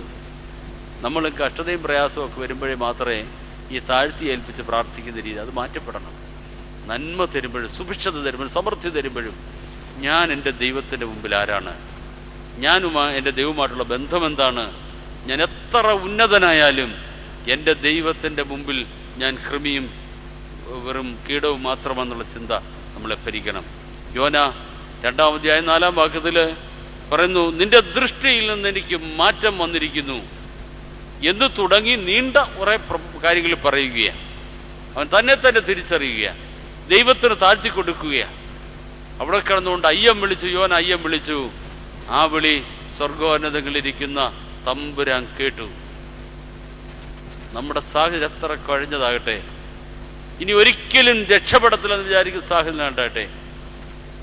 2007 വെല്ലൂർ ആശുപത്രിയിൽ നിന്ന് 4-5 മാസത്തെ ചികിത്സ കഴിഞ്ഞ് ഒരു മരുന്നും ഫലിക്കാതെ വന്ന്, വൈദ്യന്മാരുടെ ബുദ്ധിയിലൊന്നും നിരക്കാതെ വന്ന്, ഒരു മരുന്നും പ്രതികരിക്കാതെ ഡിസ്ചാർജ് സമ്മറി എഴുതി, ഇനിയും വീട്ടിൽ പോയി ഏതാനും ദിവസങ്ങളേ ഉള്ളൂ, അങ്ങനെയൊക്കെ സംരക്ഷണം എല്ലാവരുടെയും സ്നേഹം കൊടുത്ത് കഴിയാൻ ഒരു ഡിസ്ചാർജ് സമ്മറി വാങ്ങിച്ച് 2007 ഫെബ്രുവരിയിൽ വീട്ടിൽ വന്ന ഒരാളാണ് ഞാൻ. അപ്പോൾ ഇന്ന് തിരുമേനിയും അച്ഛന്മാരും അവിടെ അതിലൊരച്ഛനും ഇവിടെ ഇരിപ്പുണ്ട്. ഇവരെല്ലാവരും കൂടെ ചേർന്ന് എന്നെ തൈലാഭിഷേകമൊക്കെ നടത്തി ഇനി ഒരു നല്ല അന്ത്യത്തിന് വേണ്ടി കാത്തു പ്രാർത്ഥിച്ച ഒരു വ്യക്തിയാണ് ഞാൻ. യോനായെപ്പോലെ കടലിൻ്റെ അഗാധതയിൽ കിടന്ന് അയ്യം വിളിച്ചു. ഇവിടെ പ്രാർത്ഥനയുടെ താഴ്ത്തിയേൽപ്പിക്കൽ, അവിടെ ദൈവം കേൾക്കത്തുള്ളൂ. നമ്മളൊന്ന് ഭാവം വെച്ചുകൊണ്ട് പ്രാർത്ഥിച്ചാൽ ദൈവം അതിന് മാർക്കിടത്തില്ല. നമ്മുടെ നിസ്സാരതയെ കണ്ട്, ഒന്നുമില്ലായ്മയെ കണ്ട്, ബലഹീനതയെ കണ്ട് കർത്താവിന് അംഗീകരിച്ചു കൊടുക്കണം. ദൈവത്തിൻ്റെ പദ്ധതി, എൻ്റെ ഇടവപ്പള്ളിയിൽ എന്നെ അടക്കുവാൻ കല്ലറയ്ക്ക് സ്ഥാനമൊക്കെ നിശ്ചയിച്ച് പ്രത്യേക ക്രമീകരണങ്ങളൊക്കെ ചെയ്ത് ഇന്നുണ്ട്, നാളെയുണ്ട്, നേരം വിളക്കുമ്പോൾ എല്ലാവരും വിളിച്ച് ചോദിക്കുന്നത് എന്തുകൊണ്ട് വിശേഷം. ആ നിലത്തിൽ കഴിഞ്ഞ ഒരാൾ ഇന്ന് ബഹുമാനപ്പെട്ട അച്ഛനെ പരിചയപ്പെടുത്തി ചെങ്ങന്നൂർ ഭദ്രാസന സെക്രട്ടറിയായി ഒത്തിരി ഉത്തരവാദിത്തങ്ങളിൽ കടമകൾ ചെയ്യുവാൻ തക്കോണം പ്രാപ്തി നൽകി കരുതുന്നവനായി ദൈവം നിലനിർത്തിയിരിക്കുകയാണ്. നമ്മുടെ അയ്യോ ഭാവം, നാം എന്നുള്ള ഭാവം വിട്ട് കളഞ്ഞ് തമ്പുരാനെ താഴ്ത്തി ഏൽപ്പിക്കുമ്പോൾ കൃപ കൊണ്ട് നിറയ്ക്കുന്ന ഒരു ദൈവമുണ്ട്. ഈ ദൈവത്തെ കാണണമെങ്കിൽ താഴ്ത്തി ഏൽപ്പിക്കണം. തമ്പുരാനെ ഞാൻ ഒന്നുമില്ല, ഞാനല്ല, ഞാനില്ല എന്നുള്ള സങ്കല്പത്തിൽ ഒരു പുരോഹിതൻ ബലിപീഠത്തിൽ പദവിയിൽ കയറി കഴിയുമ്പോൾ 2 ചിന്തകൾ അവൻ്റെ മനസ്സിൽ ഭരിക്കണം. ഒന്ന്, തമ്പുരാനെ ഞാൻ ഏതുമില്ല, ഞാനല്ല ഇവിടെ, ഞാനിവിടെ ഇല്ല, നീ മാത്രം. അങ്ങനെയുള്ളൊരു പുരോഹിതൻ മാത്രമേ ദൈവത്തിൻ്റെ സ്ഥാനാപതിയായി ശുശ്രൂഷ ചെയ്യാൻ പറ്റത്തുള്ളൂ. പുരോഹിതൻ പടിഞ്ഞാറോട്ട് കരമുയർത്തി അനുഗ്രഹിക്കുമ്പോൾ ദൈവത്തിൻ്റെ പ്രതിനിധിയും, കിഴക്കോട്ട് കൈ ഉയർത്തി പ്രാർത്ഥിക്കുമ്പോൾ ജനത്തിൻ്റെ പ്രതിനിധിയുമായിട്ട് ദൈവത്തിന് വേണ്ടി ഇടിവിൽ നിൽക്കുകയാണ്. അവിടെ പുരോഹിതനില്ല, ദൈവം മാത്രമേ ഉള്ളൂ. ഈ സമർപ്പണത്തിൽ ആരാധന അർപ്പിച്ചെങ്കിലേ ഗോതമ്പപ്പവും മുന്തിരിച്ചാറും തിരുശരീരവും തിരുരക്തവുമാകുന്നത് ഈ സമർപ്പണത്തിൻ്റെ താഴ്ത്തിയേൽപ്പിരിക്കേണ്ട അനുഭവത്തിലാണ്. താഴ്ത്തിയേൽപ്പിക്കുമ്പോൾ ദൈവം പരിവർത്തിക്കും. അവനോട് പറഞ്ഞു, എൻ്റെ ജനം സ്വയം താഴ്ത്തി ഏൽപ്പിച്ച് പ്രാർത്ഥിക്കണം. ഒബദ്യാവിൻ്റെ പുസ്തകം, ഒബദ്യാവ് പ്രവാചകന്റെ പുസ്തകം ഒരധ്യായം മാത്രമുള്ളൊരു വേദഭാഗമാണ്. ഒബദ്യാവിൻ്റെ പുസ്തകം ആ വേദഭാഗത്തിൽ 3-ാം വാക്യത്തില് ഒബദ്യാവ് ചോദിക്കുക, പാറപ്പിളർപ്പിൽ പാർക്കുന്നവനും ഉന്നതങ്ങളിൽ വാസമുറപ്പിക്കുന്നവനും ആരെന്നെ നിലത്ത് തള്ളിയിടുമെന്ന് ഹൃദയത്തിൽ പറയുന്നവനുമേ, നിന്റെ ഹൃദയത്തിന്റെ അഹങ്കാരം നിന്നെ ചതിച്ചിരിക്കുന്നു. ഒരുവൻ വലിയ കൊട്ടാരമുണ്ട്, വലിയ പാറക്കെട്ടുകളുണ്ട്, മതിലുകളുണ്ട്, വലിയ ഗേറ്റുകളുണ്ട്. പണ്ടൊക്കെ നമ്മൾ പ്രാർത്ഥിക്കുന്ന ഒരു പ്രാർത്ഥനയായിരുന്നു, കർത്താവേ മഴക്കാലമാകുമ്പോൾ മേളിലോട്ട് നോക്കിയിരുന്ന് ഊട്ടയിൽ കൂടെ വെള്ളം വീഴുന്ന കണ്ട് നെഞ്ചത്തടിക്കുന്ന പുരാനെ ചോർന്നൊലിപ്പൊന്ന് മാറണേ. പ്രാർത്ഥിച്ചവരാരെങ്കിലുമൊക്കെ എന്നെ കേൾക്കുന്നുണ്ടാകും. തമ്പുരാൻ പ്രാർത്ഥന കേട്ട് സ്ഥിതി മാറ്റി. തളിച്ച തറയിൽ അമ്മച്ചിമാര് കൈയൊക്കെ ഒടിഞ്ഞ് ചാണകവും മഴുവൊക്കെ തളിച്ചപ്പം പറഞ്ഞു, കർത്താവേ എൻ്റെ ഈ അവസ്ഥയ്ക്ക് ഒരു മാറ്റം വരണേ. തമ്പുരാൻ അവസ്ഥ മാറ്റി. പക്ഷെ ആ തളിച്ച തറയിലിരുന്നുകൊണ്ട് കണ്ണുനീരൊഴുക്കി പ്രാർത്ഥിക്കുന്നവർ ഇന്ന് മൊസൈക്ക് മാറ്റി, മാർബിള് മാറ്റി, ഗ്രാനൈറ്റിലേക്ക് വന്നിട്ടും നമ്മുടെ ഭാവം മറ്റൊരു തലത്തിലേക്ക് മാറ്റപ്പെടുകയാണ്. ചോർന്നൊലിക്കാത്ത ഭവനത്തിന് തളിക്കേണ്ടത് തറയ്ക്ക് വേണ്ടി പ്രാർത്ഥിച്ചവര് മട്ടുപ്പാവിൽ ഇന്ന് സുരക്ഷിതരാണെന്ന് ചിന്തിക്കുക. മതിലുകൾ കെട്ടി ഗേറ്റുകൾ പൂട്ടി സുരക്ഷിതരാണെന്ന് ചിന്തിക്കുക. ഇനി ഒരു ശല്യവും ശത്രുത എനിക്കുണ്ടാകത്തില്ലെന്ന് ചിന്തിക്കുക. ഹബക്കൂബ് ചോദിക്കുന്നു, പാറപ്പിളർപ്പിൽ പാർക്കുന്നവനും ഉന്നതങ്ങളിൽ വാസമുറപ്പിച്ചവനും ആരെന്നെ നിലത്ത് തള്ളിയിടുന്നവനും എടിവെന്ന് പറയുന്നവനും അവന്റെ അഹങ്കാരം നിന്നെ ചതിച്ചിരിക്കുന്നു. അവിടെ തുടർന്ന് 4-ാം വാക്യത്തിൽ പറയുന്നു, നീ കഴുകനെ പോലെ ഉയർന്നാലും നക്ഷത്രങ്ങളുടെ ഇടയിൽ കൂടുവെച്ചാലും അവിടെ നിന്ന് ഞാൻ നിന്നെ ഇറക്കും. ദൈവത്തെ കൂടാതെയുള്ള വളർച്ച, ദൈവം നൽകാത്ത സ്ഥാനമാണെങ്കിൽ, ദൈവം നൽകാത്ത അവസ്ഥകള് തകർക്കപ്പെടും, യാതൊരു സംശയമില്ല. ദൈവത്തോട് ചോദിച്ച് വാങ്ങണം, ദൈവമേ അല്പമേ ഉള്ളെങ്കിലും നീ തരുന്നത് മതി, അല്പം മതി, നീ തരുന്നത് മതി എന്നൊരു പ്രാർത്ഥന നമ്മുടെ അന്തരംഗത്തിലുണ്ടാകണം. ഈ മനുഷ്യൻ അവിടെ പറഞ്ഞു, എനിക്ക് വലിയ പാറക്കെട്ടുകൾ കൊണ്ടുള്ള വീടുകളുണ്ട്, സുരക്ഷിത താവളങ്ങളുണ്ട്, ആരും കടന്നു വന്ന് ശല്യം ചെയ്യത്തില്ല. പക്ഷേ കർത്താവ് പറയാം, നീ കഴുകനെ പോലെ ഉയർന്നാലും നക്ഷത്രങ്ങളുടെ ഇടയിൽ കൂടുവെച്ചാലും അവിടെ ഒന്ന് ഞാൻ നിന്നെ ഇറക്കും. ദൈവത്തിന്റെ ശബ്ദത്തെ നമ്മൾ ശ്രദ്ധിക്കണം. അവിടെ താഴ്ത്തിയേൽപ്പിക്കുമെങ്കിൽ ദൈവകരങ്ങളുടെ സംരക്ഷണം പോലൊരു സംരക്ഷണം നമുക്ക് മറ്റൊന്നും കിട്ടത്തില്ല. കോഴി തൻ്റെ ചിറകളിൽ പറയ്ക്കുന്നത് പോലെ ഉള്ളംകൈയിൽ വഹിക്കുന്ന ദൈവത്തിൻ്റെ കാരുണ്യം, സംരക്ഷണം, കരുതൽ, തമ്പുരാനെ അത് മതിയെന്ന് വെക്കണം.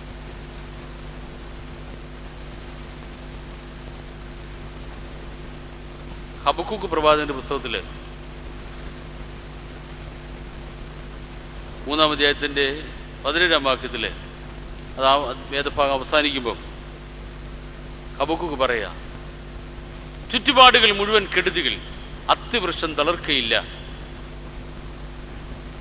3:17 അത്തിവൃക്ഷം തളർക്കയില്ല, ഗോശാലകളിൽ കന്നുകാലികൾ വാഴത്തില്ല. ചുറ്റുപാടുകൾ മുഴുവൻ കെടുതികളും വരൾച്ചകളും ബുദ്ധിമുട്ടുകളും ഏറി വരിക. പ്രതികൂലതകൾ ചുറ്റുപാടിൽ മുഴുവൻ നിറഞ്ഞു നിൽക്കുന്നു. പക്ഷെ അവിടെ ഹബക്കൂക്ക് പ്രവാചകൻ പറയുകയാണ്, എങ്കിലും ഞാൻ എൻ്റെ ദൈവത്തിൽ സന്തോഷിക്കും. Yet I will rejoice in the Lord. ഈ ഒരു സമർപ്പണം എന്ന് നമ്മുടെ അന്തരംഗത്തിൽ വരുന്നോ, അന്ന് നമുക്ക് നിലപാടുകൾ ഉറപ്പിക്കാൻ പറ്റത്തുള്ളൂ. ചുറ്റുപാടുകൾ ഏത് തരത്തിലുമാകട്ടെ, നമുക്ക് വൈതരണികൾ ഒരുപാട് വരട്ടെ, ഡോക്ടർ പറയുക നിന്റെ ജീവിതം ഇനി ഇത്രയൊക്കെ ഉള്ളൂ,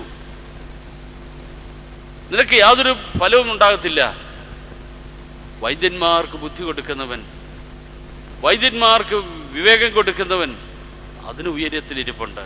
അങ്ങോട്ടങ്ങ് ആശ്രയം വെക്കണം. ഹബക്കൂക്ക് പറഞ്ഞു, അത്തിവൃക്ഷം തളർക്കുന്നില്ല, ഗോശാലകളിൽ കന്നുകാലികൾ വാഴുന്നില്ല, ആടുമാടുകളുടെ പിറപ്പുകൾ ശരിയാകുന്നില്ല, കാർഷിക വൃത്തിയും മൃഗസമ്പത്തും എല്ലാം നശിച്ചു പോകുന്നു, ഉപജീവനത്തിന്റെ മാർഗങ്ങൾ കെട്ടടക്കുന്നു. പക്ഷേ ഹബക്കൂക്ക് പറയുന്നു, I will rejoice in the Lord. ഞാൻ എങ്കിലും എൻ്റെ ദൈവത്തിൽ സന്തോഷിക്കും. തുടർന്ന് വായിക്കുന്നുണ്ട്, എൻ്റെ കാലുകളെ പേടമാൻ പോലെ ചാടുമാറാക്കും. കരുതുന്ന, കാക്കുന്ന, സ്നേഹിക്കുന്ന ദൈവത്തെ ഒന്ന് കണ്ടെത്തുന്നതാണ് ക്രിസ്തീയ ജീവിതം. കുറെ ചോദിച്ചു വാങ്ങിച്ച് സുഭിക്ഷതയിൽ സമൃദ്ധിയിൽ ജീവിക്കുന്നതല്ല. ദൈവത്തിൻ്റെ കാരുണ്യത്തെ ഒന്ന് തിരിച്ചറിയുവാനുള്ള, ദൈവത്തിൻ്റെ പ്രൊവിഡൻസ് ഒന്ന് മനസ്സിലാക്കുവാൻ, ദൈവത്തിൻ്റെ കരുതലൊന്ന് മനസ്സിലാക്കുവാൻ, അതാ നമ്മുടെ ഏറ്റവും വലിയ സമ്പത്ത്. എന്തെല്ലാം ഉണ്ടെങ്കിലും ദൈവത്തിൻ്റെ കൃപയില്ലെങ്കിൽ ഒന്നുമില്ല. എന്തെല്ലാം ഉണ്ടെങ്കിലും ദൈവം നൽകുന്നില്ലെങ്കിൽ ശാശ്വതമായി നിലനിൽക്കത്തില്ല. അതുകൊണ്ട് ഈ വേദഭാഗത്തിൽ 2 ദിനവൃത്താന്തം നമ്മൾ കാണുന്നു, ദൈവജനം താഴ്ത്തി ഏൽപ്പിച്ച് പ്രാർത്ഥിക്കണം, എങ്കിൽ മാത്രമേ ദൈവസന്നിധിയിൽ കൃപ ലഭിക്കത്തുള്ളൂ.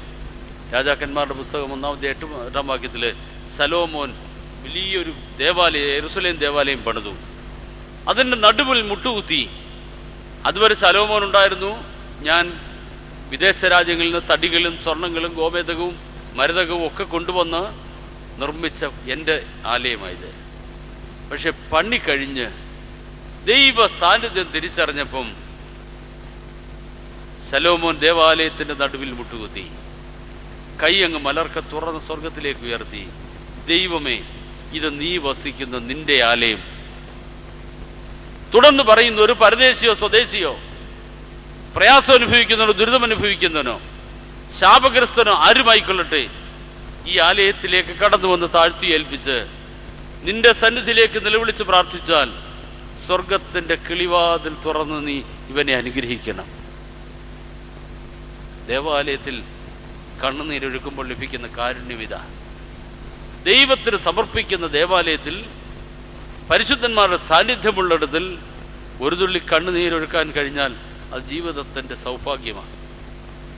അത് സമൃദ്ധമായി ഗുണിതങ്ങളായി നമുക്ക് ദൈവം തരും. ദൈവത്തിന് കൊടുക്കുന്നതിനെ ദൈവം ഏകപക്ഷീയമായിട്ട് സ്വീകരിച്ച് ഖജനാവിൽ സൂക്ഷിക്കുന്നവനല്ല, അതിൻ്റെ ഗുണിതങ്ങളായിട്ട് ദൈവം തിരിച്ചു തരും. 5 അപ്പവും 2 മീനും ഒരു കൊച്ചു പയ്യൻ കൊണ്ടു കൊടുത്തു. അതിൻ്റെ ഗുണിതങ്ങളെ ദൈവം ആക്കി ജനത്തിന് തൃപ്തിക്ക് വേണ്ടി കൊടുത്തു.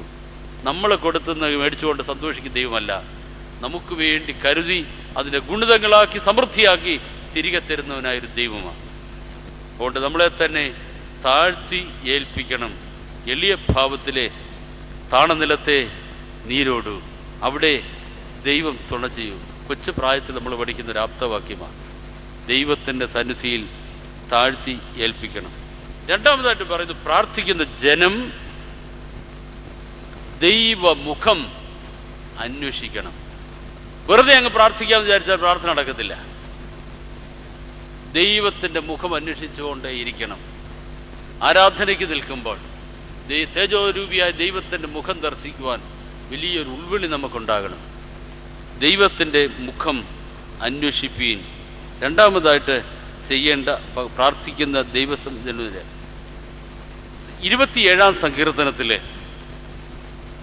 2 പ്രാവശ്യം ആവർത്തിച്ച് പറയുന്നുണ്ട്, എൻ്റെ മുഖം അന്വേഷിപ്പീൻ, എൻ്റെ മുഖം അന്വേഷിപ്പീൻ. എല്ലാം പറയാനുള്ള സമയമില്ലാത്തതുകൊണ്ട് ഒരു റെഫറൻസ് മാത്രം പറയുക. 27-ാം സങ്കീർത്തനത്തിൽ നമ്മൾ വായിക്കുന്നു, യഹോവ കൽപ്പിക്കുന്നു, എൻ്റെ മുഖം അന്വേഷിപ്പീൻ എന്ന് നിങ്കിൽ നിന്ന് കൽപ്പന വന്നു എന്ന് എൻ്റെ ഹൃദയം പറയുന്നു. യഹോവേ, ഞാൻ നിൻ്റെ മുഖം അന്വേഷിക്കുന്നു. 27-ാം സങ്കീർത്തനം 8-ാം വാക്യം. സങ്കീർത്തനക്കാരൻ താഴ്ത്തി ഏൽപ്പിച്ച് പറയുന്നു, യഹോവേ, നിന്റെ മുഖം അന്വേഷിപ്പീൻ എന്ന് നിങ്കിൽ നിന്ന് ഒരു കൽപ്പന വന്നു എന്ന് എൻ്റെ ഹൃദയം പറയുന്നു. ഞാൻ നിന്റെ മുഖം അന്വേഷിക്കുന്നു. ഒരു ഭക്തൻ്റെ ജീവിതത്തിൻ്റെ തേരോട്ടം ദൈവമുഖത്തെക്കുറിച്ചുള്ള അന്വേഷണമാണ്. എന്തെല്ലാം നേടിയെന്നുള്ളതല്ല, ഏതെല്ലാം സ്ഥാനം വഹിച്ചു എന്നുള്ളതല്ല, വലിയ കൊട്ടാരം പ്രാർത്ഥിച്ച് കിട്ടിയെന്നുള്ളത്, നല്ല ജോലി കിട്ടിയെന്നുള്ളതല്ല. ദൈവമുഖം അന്വേഷിച്ച് കണ്ടെത്തുന്ന സൗഭാഗ്യം, അവരാ പരിശുദ്ധന്മാർ. ഏത് മനുഷ്യനും പരിശുദ്ധനാകാം, ഏത് തരത്തിലുള്ളവനും പരിശുദ്ധനാകാം. എന്ന് തമ്പുരാൻ്റെ മുഖത്തിൻ്റെ തേജസ് കാണുവാൻ ഒരു ഭാഗ്യം ലഭിക്കുന്നുവോ, അന്ന് ആ പരിശുദ്ധയുടെ പടവുകളിലേക്ക് ഉയർത്തപ്പെട്ടു. സങ്കീർത്തനക്കാരൻ ആവർത്തിച്ച് പറയുന്നു, ദൈവമുഖം അന്വേഷിപ്പീൻ, എൻ്റെ മുഖം അന്വേഷിപ്പീൻ എന്ന് വീണ്ടും പറയുന്ന ദൈവത്തിൻ്റെ ശബ്ദം നമുക്ക് തിരിച്ചറിയുവാൻ തക്കോണം കഴിയണം. സങ്കീർത്തനക്കാരൻ ദൈവമുഖം അന്വേഷിച്ചു. അതുകൊണ്ടാണ് പ്രതികൂലതയുടെ നടുവിൽ പാട്ടുപാടുവാൻ കഴിഞ്ഞത്. സങ്കീർത്തനക്കാരായ ദാവീദിൻ്റെ പാട്ടുകൾ ഏറെ നോക്കണം. ഹൃദയത്തിൽ വേദനകൾ, ചുറ്റുപാടുകളിൽ പ്രതികൂലതകൾ വർദ്ധിച്ചപ്പോൾ ദൈവത്തിന് സ്തോത്രയാഗമായി അർപ്പിച്ചതാണ് സങ്കീർത്തനങ്ങളിൽ ഏറെ ഭാഗവും. അതുകൊണ്ട് ദൈവസന്നിധിയിൽ താഴ്ത്തി ഏൽപ്പിച്ച് പ്രാർത്ഥിച്ച് ദൈവമുഖം അന്വേഷിക്കുന്നവരായി തീരുവാൻ തക്കോണം നമുക്ക് കഴിയണം. 25-ാം സങ്കീർത്തനത്തിൻ്റെ 15-ാം വാക്യത്തിലെ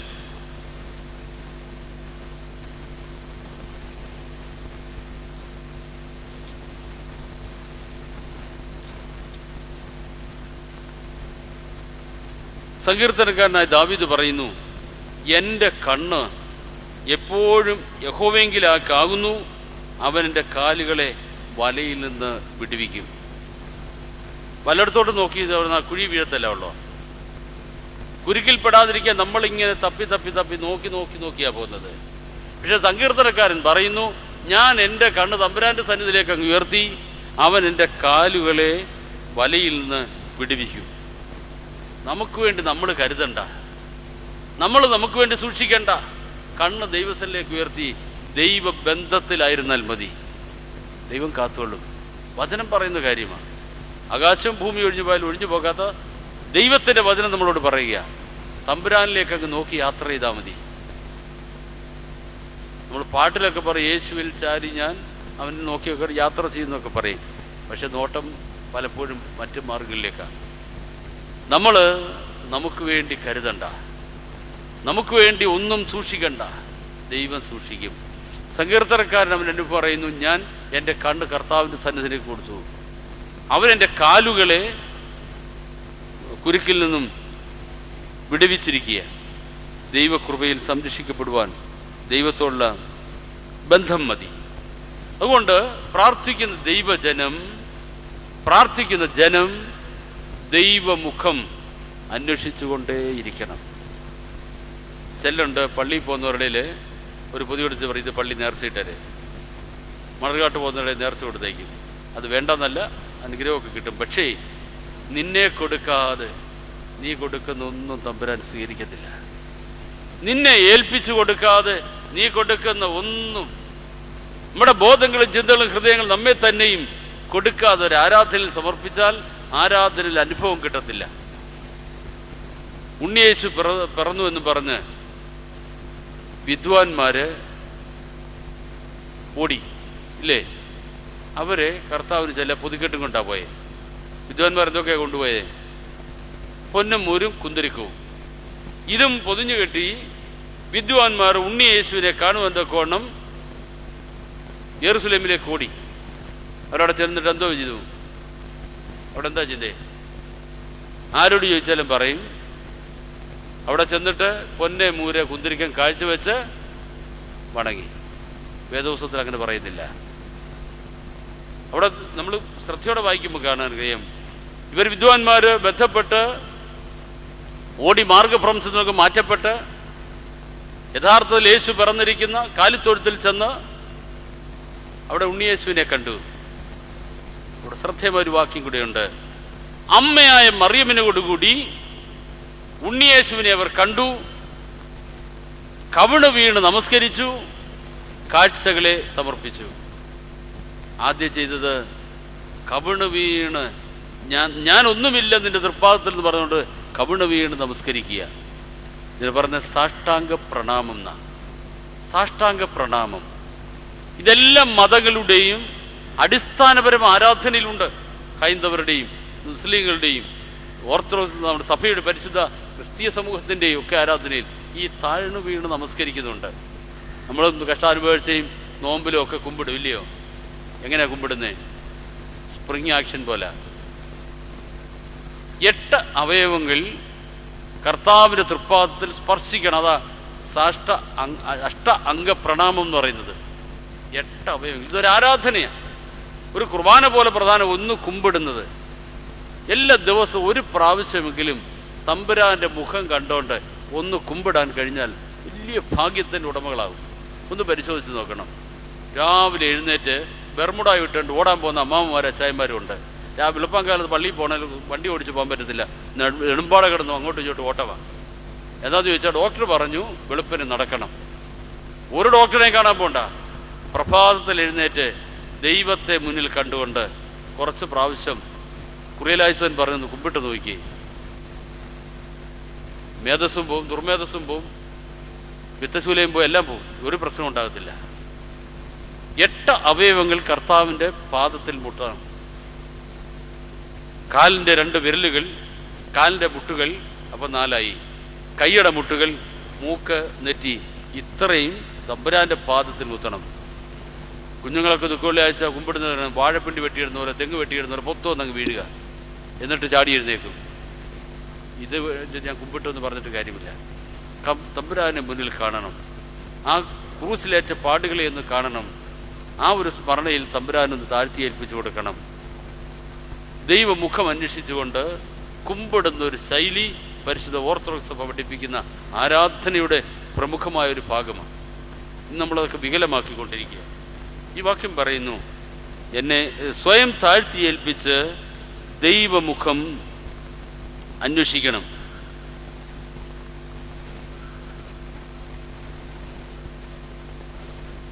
ഹോശേയ പ്രവാചകന്റെ പുസ്തകം 6-ാം വാക്യം, വരുവീൻ നാം യഹോവയുടെ സന്നിധിയിലേക്ക് മടങ്ങിച്ചെല്ലാം. അവൻ നമ്മെ കടിച്ചു കീറിയിരിക്കുന്നു, അവൻ സൗഖ്യമാക്കും. 3-ാം നാളവനെ നമ്മൾ സൗഖ്യമാക്കും. നമുക്ക് കഷ്ടതയുണ്ട്, രോഗങ്ങളുണ്ട്, പ്രയാസങ്ങളുണ്ട്, ഇല്ലായ്മകളുണ്ട്, കടബാധ്യതകളുണ്ട്. എന്നെ കേൾക്കുന്ന ദൈവങ്ങൾക്ക് ഒരുപാട് പേർക്ക് സങ്കടപ്പെടുത്തുന്ന വളരെ പ്രശ്നങ്ങൾ കാണും. പ്രശ്നം എന്തു തന്നെ ആയിക്കൊള്ളട്ടെ, പരിഹാരം നസ്രായനായ യേശു മാത്രമാണ്. നിങ്ങളുടെ ഉടമസ്ഥനായ ദൈവം മാത്രമാണ്. നിങ്ങളുടെ വീണ്ടെടുപ്പുകാരെന്ന മനുഷ്യ നിങ്ങൾക്കുണ്ടാകുന്ന പരാജയം തമ്പുരാൻ്റെ പരാജയമാണ്. നിങ്ങൾ തമ്പുരാൻ്റേതാണെങ്കിൽ അവൻ അപമാനം ഏറ്റുവാങ്ങാൻ തയ്യാറാകത്തില്ല. മാറ്റപ്പെടി യാതൊരു സംശയമില്ല. നമ്മൾ തമ്പുരാൻ്റെ ആകണം, നമ്മൾ അവൻ്റെ വകയാകണം, നമ്മൾ അവൻ്റെ ഉടമസ്ഥാവകാശത്തിലാകണം. അവൻ്റെ ഉടമസ്ഥാവകാശത്തിലൊന്നും മോശമാകുവാൻ തമ്പുരാൻ ഇഷ്ടപ്പെടത്തില്ല. അതുകൊണ്ട് കരുതുന്നവനായ ദൈവത്തിന് ഏൽപ്പിച്ചു കൊടുക്കണം. ദൈവത്തിന് സന്നിധിയിൽ താഴ്ത്തി ഏൽപ്പിച്ച് ദൈവമുഖം അന്വേഷിക്കുന്നവരായിത്തീരണം. 3-ാമതായിട്ട് ഈ വേദഭാഗത്തിൽ കാണുന്നു, തങ്ങളുടെ ദുർമാർഗങ്ങൾ വിട്ടുതിരിഞ്ഞ് പ്രാർത്ഥിക്കണം. ഈ പഞ്ചായത്ത് പ്രദേശങ്ങളിലൊക്കെ റോഡ് വെട്ടും, എല്ലാവർക്കും റോഡ് വേണം. പക്ഷേ എൻ്റെ അയ്യത്തോടെങ്കിലും വരെ എനിക്ക് സ്ഥലം കൊടുക്കാനില്ല. ഓർത്തഡോക്സുകാർ പ്രാർത്ഥന ഇങ്ങനെയാണെന്ന് എനിക്ക് തോന്നുന്നത്. എനിക്കൊന്നും തരാനില്ല, പക്ഷെ എനിക്കെല്ലാം വേണം. അത് ആരാധനയല്ല, അത് പ്രാർത്ഥനയല്ല, ദൈവഭാഗത്തുള്ള ജീവിതമല്ല. നമ്മളെ തന്നെ വ്യയം ചെയ്യുവാനായിട്ട് കഴിയണം. ഇവിടെ ഈ വേദവാക്യം നമ്മളെ ഓർപ്പിക്കുന്നു, ദുർമാർഗങ്ങളെ വിട്ടുതിരിഞ്ഞ് പ്രാർത്ഥിക്കണം. എനിക്കുള്ളതിൻ്റെ പുറത്തോട്ട് ഞാൻ തന്നേര് എന്ന് പറഞ്ഞിട്ട് കാര്യമില്ല. ഇപ്പം ഞാൻ ഇവിടുന്നുണ്ട് നല്ല കുറച്ച് ചെറുതേൻ വിശുദ്ധമായത് അക്മാർക്കിൻ്റെ സിമ്പലൊക്കെ ഉള്ളതാണെന്നിരിക്കട്ടെ, ഞാൻ തരാമെന്ന് പറയുക. ഇവിടെ കുപ്പയിലെങ്ങാണ് കിടക്കുന്ന ഒരു കുപ്പിയോ പാത്രമോ എടുത്തുകൊണ്ട് വന്നാൽ ഞാൻ പകർന്നു തന്നാലും നിങ്ങൾക്കത് അനുഭവിക്കാൻ പറ്റത്തില്ല. കാരണം നിങ്ങൾ സ്വീകരിക്കുന്ന പാത്രങ്ങളുടെ അശുദ്ധി അതിനെ മലിനമാക്കും. ഒരു പഴയ ചൊല്ലുണ്ട്, 1000 തേൻതുള്ളിയിൽ ഒരു മീൻതുള്ളി വീണാൽ അത് അശുദ്ധമായി പോവും. തമ്പുരാൻ്റെ അക്ഷയനിധികൾ നമ്മളാകുന്ന മൺകൂരാരങ്ങളിലേക്ക് നിറച്ചുകൊണ്ടേയിരിക്കുക. പ്രാപിക്കുന്നവൻ്റെ വിശുദ്ധിയാണ് അതിനെ നിലനിർത്തുന്ന സ്ഥായിയായ ഭാവം. അതുകൊണ്ട് ദൈവത്തിൻ്റെ അക്ഷയനിധിയെ, കൃപകളെ, അനുഗ്രഹങ്ങളെ ഏറ്റുവാങ്ങണമെങ്കിൽ നമ്മുടെ ദുർമാർഗം വിട്ടുതിരിഞ്ഞ് വിശുദ്ധിയുടെ പാത്രങ്ങളായി തീരുവാൻ തക്കവണ്ണം കഴിയണം. സങ്കീർത്തനക്കാരൻ പറയുന്നു 42-1 വാക്യം, മാൻ നീർത്തോടിലേക്ക് ചെല്ലുവാൻ കാക്ഷിക്കുന്ന പോലെ കർത്താവേ, എൻ്റെ ആത്മാവ് നിന്റെ സന്നിധിയിലേക്ക് വരുവാൻ കാക്ഷിക്കുന്നു. നമുക്കൊക്കെ കാംക്ഷയുണ്ട്. പക്ഷെ സങ്കീർത്തനക്കാരൻ വിശുദ്ധീകരിച്ച് തൻ്റെ ജീവിതത്തെ അവൻ ഏൽപ്പിച്ചു കൊടുക്കുക. കളങ്കമുള്ളിടത്ത് കരുണ പകരാൻ പറ്റത്തില്ല. മഗ്ദലക്കാരത്തി മറിയ ആരായിരുന്നു നമുക്കറിയാം. അനേകരെ വഴിപിഴപ്പിച്ചവൾ. കണ്ണുകൊണ്ടുള്ള ആംഗ്യം കൊണ്ട് അനേകരെ വഴിപിഴപ്പിച്ച് പാപമാർഗത്തിലേക്ക് കൂട്ടിച്ചേർത്ത് അവരുടെ പണമൊക്കെ ദൂർത്തടിച്ചവളാണ്. പക്ഷെ ദൈവ ശബ്ദം കേട്ടു, തമ്പുരാനെ തിരിച്ചറിഞ്ഞു. അവൾ ഓടിച്ചെന്ന് കർത്താവിൻ്റെ പാദത്തിൽ മുട്ടുകുത്തി. അവൾ ചെയ്ത പ്രക്രിയകൾ തന്നെത്താനെ ഉപേക്ഷിക്കുക. അവളുടെ അതുവരെ ഉണ്ടായിരുന്ന സമ്പാദ്യം മുഴുവൻ ഒരു വ്യാപാരിയുടെ അടുത്ത് കൊണ്ടുവന്നിട്ട് വ്യാപാരിയോട് പറയുന്നു, വ്യാപാരി, ഞാൻ എൻ്റെ ധനസമാഹരണം മുഴുവൻ നിനക്ക് തരാം. മൂറൻ കുദാശയുടെ പാട്ടിൽ മൂല്യമിതാ തരണം തൈലം എന്ന് പറഞ്ഞൊരു കീർത്തനമുണ്ട്. വളരെ ശ്രദ്ധയും അനുഗ്രഹീതമായിരുന്ന മൂല്യമിതാ തരണം തൈലം. പാവനിയായ സ്ത്രീ വ്യാപാരിയോട് പറയുന്ന ആ സംഭാഷണമാണ്. ഞാൻ എൻ്റെ സമ്പാദ്യം മുഴുവൻ നിനക്ക് തരാം, നീ എനിക്ക് വിലയേറി തൈലം തരണം. ഈ സ്ത്രീ തൈലവും വാങ്ങിച്ചുകൊണ്ട് വന്നു. കർത്താവിൻ്റെ പാദത്തിൽ മുട്ടുകുത്തി, കണ്ണുനീരുകൊണ്ട് പാദം കഴുകി. ഈ വിലയേറി തൈലം അവൻ്റെ പാദങ്ങളെ പൂശി. വലിയ പരിവർത്തനം നടക്കുകയാണ്.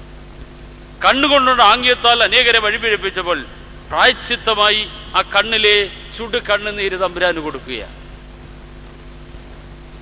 താൻ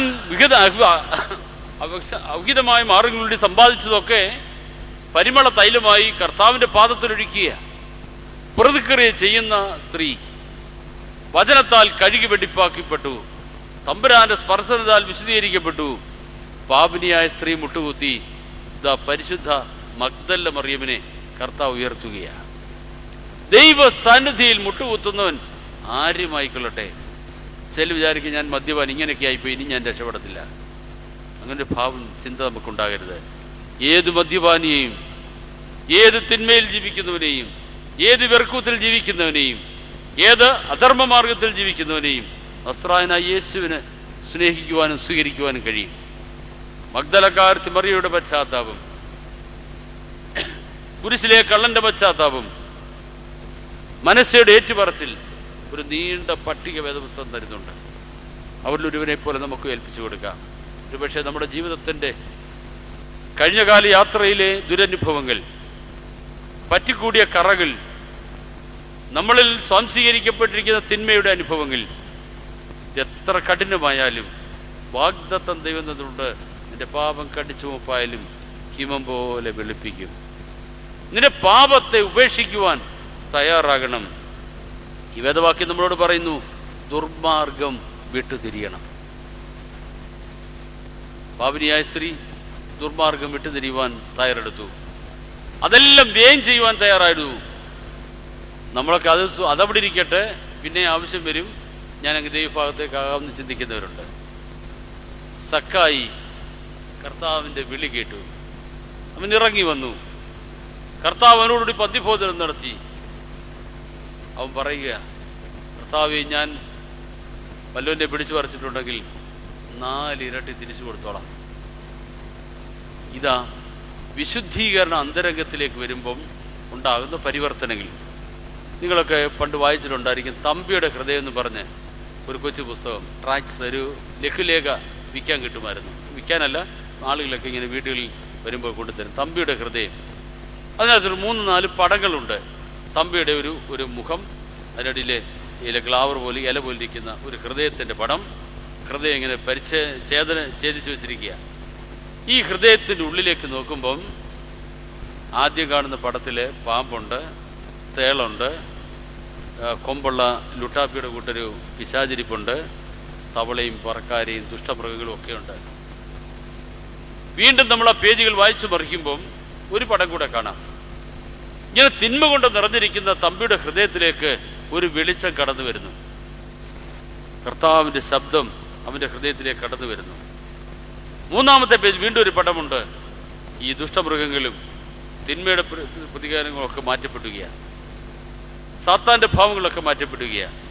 അതിലേക്കൊരു പ്രകാശം ഉദിച്ചു വരുന്നു, തേജസ്സിൻ്റെ ഒരു അനുഭവം വരുന്നു.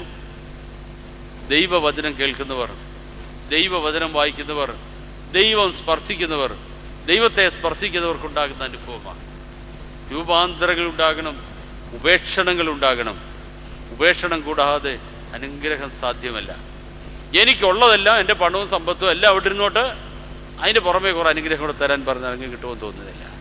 നമ്മെ തന്നെ വെറുമയാക്കണം. അബ്രഹാം പിതാവിനോട് പറഞ്ഞു, നീ ഞാൻ കാണിപ്പാനിരിക്കുന്ന ദേശത്തേക്ക് പോകണം. നിന്റെ ചാർച്ചക്കാരെയും പിതൃഭവനത്തെയൊക്കെ വിട്ട് നിന്നെ കാണിക്കാൻ എനിക്ക് ദേശത്തേക്ക് പോകണം. അവനെല്ലാം ഉപേക്ഷിച്ച് ഓടാനൊക്കെ തയ്യാറായി.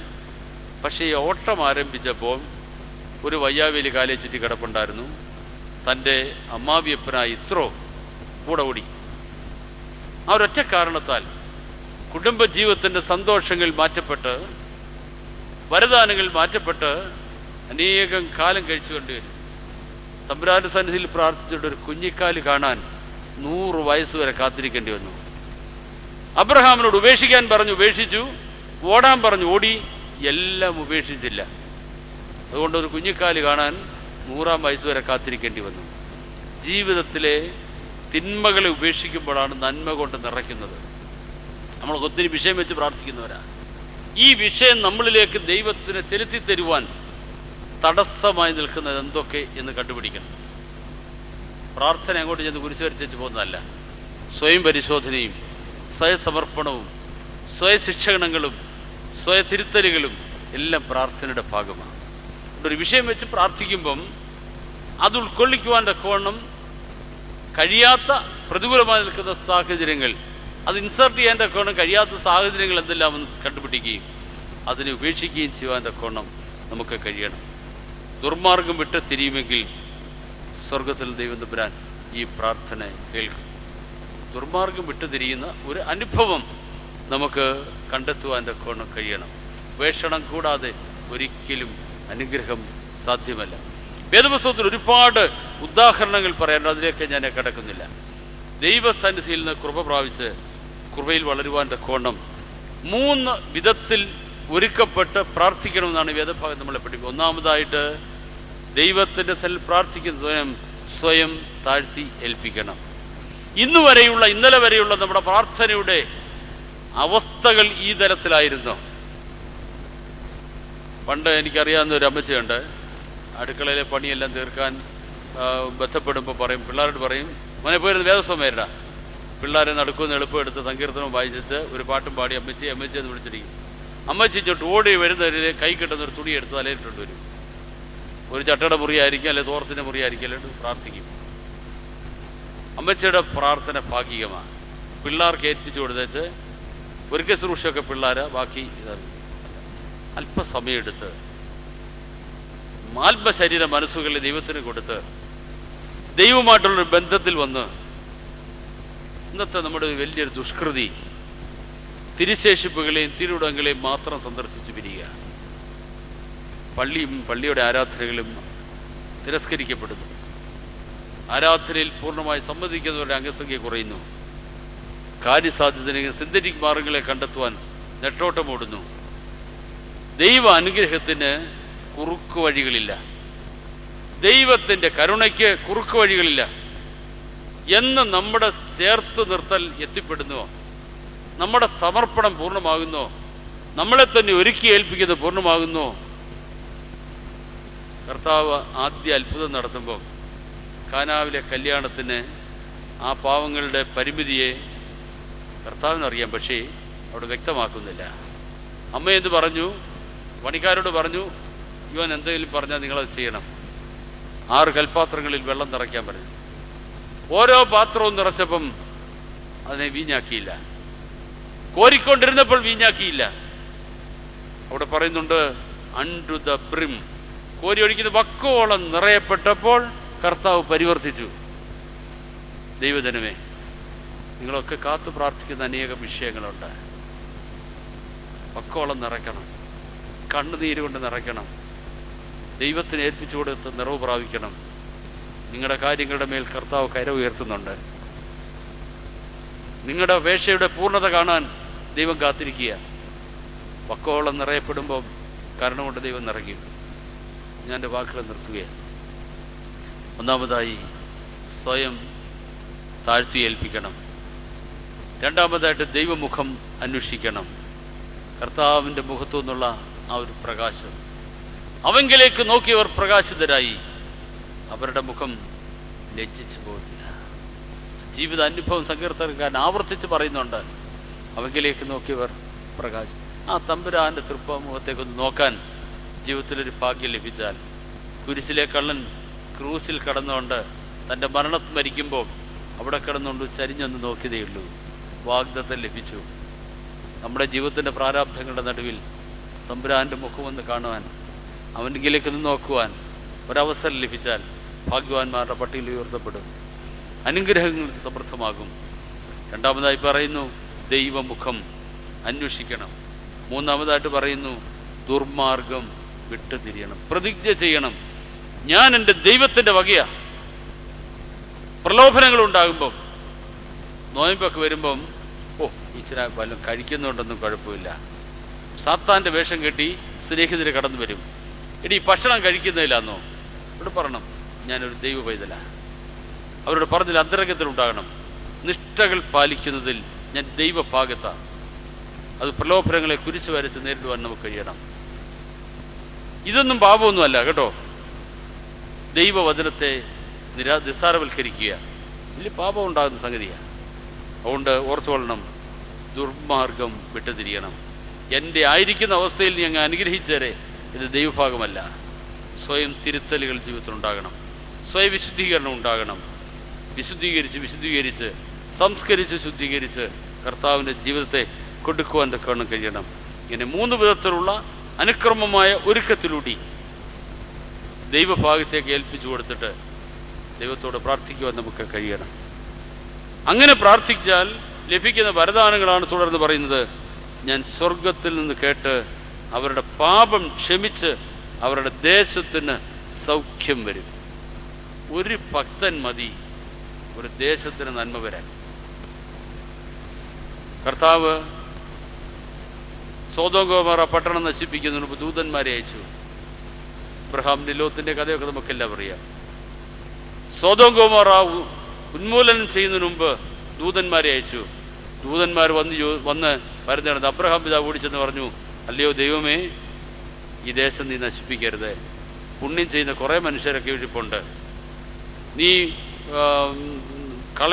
ഞാറിനോടുകൂടി കളയും വളരാൻ അനുവദിക്കുന്നതിനല്ലയോ, അതുകൊണ്ട് നശിപ്പിക്കരുത്.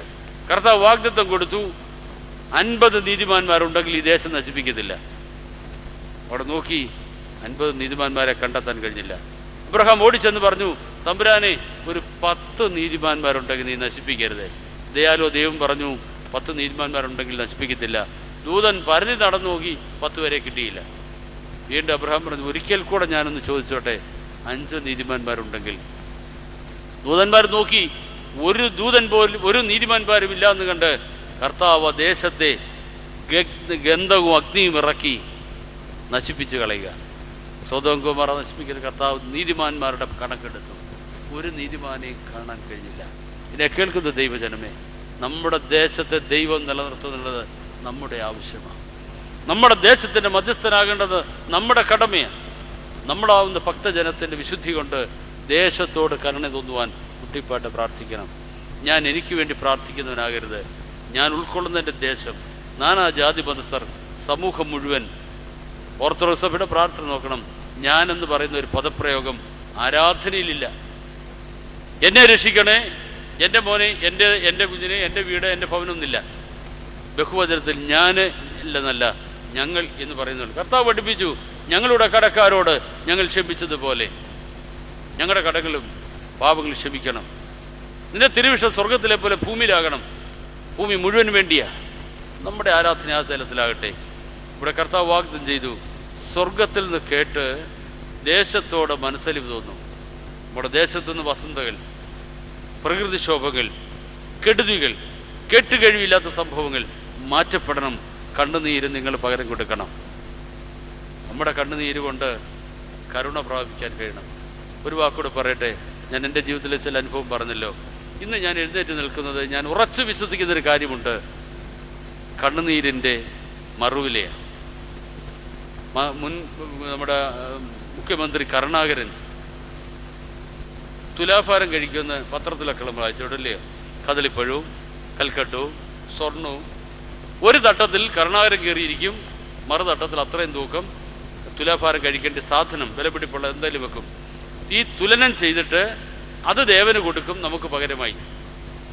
ഈ തുലാഭാരം കഴിക്കുന്ന പോലെ ഈ സഭയുടെ അനേക മക്കളുടെ കണ്ണുനീർ എൻ്റെ തൂക്കത്തേക്കാൾ അധികം തൂക്കിക്കൊടുത്ത് തിരിച്ചു മേടിച്ച് തന്നെ.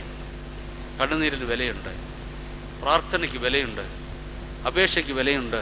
അത് പൂർണ്ണതയിൽ അങ്ങോട്ട് കൊടുത്താൽ മതി, അർഹിക്കുന്ന രീതി കൊടുത്താൽ മതി, വിശുദ്ധീകരിച്ച് കൊടുത്താൽ മതി, തിന്മ അകറ്റി കൊടുത്താൽ മതി. കേൾക്കുന്ന, കരുതുന്ന, കാക്കുന്ന ദൈവമുണ്ട്. അവൻ നിൻ്റെ ദേശത്തോട് മനസ്സലിയും. നമ്മുടെ ദേശത്തിന് വേണ്ടി ഇന്ന് പ്രകൃതി ചുറ്റുപാടുകൾ, പത്രങ്ങൾ വായിക്കുമ്പോൾ കൊടും ഭീകരതകൾ, നമുക്ക് പരസ്പരം സംസാരിക്കുവാൻ പ്രയാസമായ വിഷയങ്ങൾ, അപ്പൻ മക്കളോട്, മക്കൾ അപ്പനോട്, അരുതായ്മയിൽ സോദോം ഗൊമോറയുടെ അനുഭവം നമ്മുടെ ദേശത്ത് നടക്കാതിരിക്കണമെങ്കിൽ മകനെ, മകളെ, നിന്നെപ്പോലുള്ള ഭക്തന്മാരുടെ കണ്ണുനീർ വിശുദ്ധിയിൽ ചാലിച്ച് ദൈവത്തിന് കൊടുക്കണം. നമ്മുടെ ദേശത്ത് തിന്മ മാറും. നമ്മളവനെ അടിച്ചാൽ ശരിയാകത്തില്ല, അവരെ ഉപദേശിച്ചാൽ ശരിയാകത്തില്ല. മറ്റുള്ളവർക്ക് കൊണ്ട് ഉപവസിക്കുകയും പ്രാർത്ഥിക്കുകയും തമ്പുരാന് കണ്ണുനീര് കൊടുക്കുകയും ചെയ്യണം. വാഗ്ദത്തമുണ്ട്, ഞാൻ സ്വർഗത്തിൽ നിന്ന് കേട്ട് അവരുടെ പാപം ക്ഷമിച്ച് അവരുടെ ദേശത്തിന് സൗഖ്യം കൊടുക്കും. ഈ ദേശത്തിൻ്റെ സൗഖ്യത്തിന് വേണ്ടി അതൊരു പക്ഷേ സാമൂഹിക സാംസ്കാരിക വിഷയങ്ങളിലാകാം, സാമ്പത്തിക വിഷയങ്ങളിലാകാം, രോഗസൗഖ്യമാകാം, മറ്റേത് വിധത്തിലും ഉണ്ടാകട്ടെ. മറുവിലയായിട്ട് കണ്ണുനീര് കൊടുക്കുമ്പോൾ സ്വർഗത്തിൽ പ്രീതി ഉണ്ടാകും, ഭൂമിയിൽ അവസ്ഥാനം ഉണ്ടാകും. ദൈവനാമം മഹത്വപ്പെട്ട് ഒരു നിമിഷം നമുക്ക് പ്രാർത്ഥിക്കാം. കാരുണ്യവാനായ ദൈവമേ, സ്വർഗസ്ഥ പിതാവേ, കരുതനായ കർത്താവേ, ഞങ്ങളുടെ ജീവിതം ഒന്നും ശരിയായിട്ടുള്ള തിരിച്ചറിവ് ഞങ്ങൾക്കുണ്ട്. ജീവിതത്തെ ശോധന ചെയ്യുന്നവരാനെ സമൂലം ശുദ്ധീകരിച്ച് നിന്റെ കരുണയോട് ചേർന്ന് നിൽപ്പാൻ്റെ കൂടെ ഞങ്ങളെ പ്രാപ്തരാക്കണമേ. ഞങ്ങളെ തന്നെ താഴ്ത്തി ഏൽപ്പിച്ച് തിരുമുഖം അന്വേഷിച്ചുകൊണ്ട് ജീവിതയാത്ര തുടരുവാൻ, ഞങ്ങളുടെ വിശുദ്ധീകരിച്ച ജീവിതത്തെ നിനക്ക് സമർപ്പിപ്പാൻ കർത്താവെ സംഗതിയാകുവാൻ ഞങ്ങൾക്ക് വേണ്ടി അനുഗ്രഹിക്കണമേ. ഞങ്ങൾക്ക് വേണ്ടിയല്ല, ഞങ്ങളുടെ സമൂഹത്തിന് വേണ്ടി, ദേശത്തിന് വേണ്ടി, ചുറ്റുപാടുകളിൽ നിന്നുകൊള്ളുവാൻ ഞങ്ങളെ സഹായിക്കണമേ. ഇന്ന് കേട്ട തിരുവചനത്തിനായിട്ട് നിന്നെ സ്തുതിക്കുന്നു. അത് ഞങ്ങളുടെ ജീവിതത്തിൽ 30, 60, 100 മേനിയായിട്ട് ഫലവത്താകണമേ. ഞങ്ങളുടെ ജീവിതത്തെ തിരുത്തി നിനക്ക് ഗോചരമായി തിരുനാമോഹത്തിനായിട്ട് ഉതകുമാറ് ആയിത്തീരുവാൻ്റെ ഗുണം സംഗതിയാകണമേ. ചേർന്ന് ഒന്ന് ആരാധിച്ച ഓരോ മക്കളുടെ മേലും നിന്റെ കൃപയുടെ പരിവേഷം ഉണ്ടാകണമേ. നിന്റെ തിരുവചനത്തെ തിരിച്ചവരും വചനത്താൽ ശുദ്ധീകരിച്ച് കർത്താവ് വക്കോളം നിറയപ്പെട്ട അനുഭവത്തിൽ ഈ നിന്റെ മക്കൾ അനുഗ്രഹം പ്രാപ്പാൻ സംഗതിയാകണം. രോഗസൗഖ്യത്തിനായിട്ട്, വിവിധ വിഷയങ്ങളുടെ, പ്രയാസങ്ങളുടെ, ഭാരങ്ങളുടെ നിർമ്മാർജ്ജനത്തിനായിട്ട് നിന്റെ കരുണയുടെ സന്നിധിയിൽ അടുത്തു വന്ന സങ്കടങ്ങളെ പകരുന്നവരുടെ മേൽ നിന്റെ കൃപ വർഷിക്കണം. അങ്ങനെ ഞങ്ങൾ നിന്റെ ജനവും, ഞങ്ങൾ നിന്റെ ദൈവമായിരിക്കും, നീ ഞങ്ങളുടെ ദൈവവും ഞങ്ങൾ നിന്റെ ജനവുമായിരിക്കുന്ന വലിയൊരു ഉടമ്പടിയിൽ വിശ്വസ്തയുടെ അന്ത്യത്തോളം പുലരുവാൻ ഞങ്ങളെ സഹായിക്കണം. നന്മയിലും കരുണയിലും കാക്കണമേ. ഞങ്ങൾ നിനക്ക് നിന്റെ പിതാവിനും പരിശുദ്ധ റുഹായിക്കും നിറവോടെ സ്തുതിയും സ്തോത്രവും കരയേറ്റുവാനായിട്ട് തന്നെ.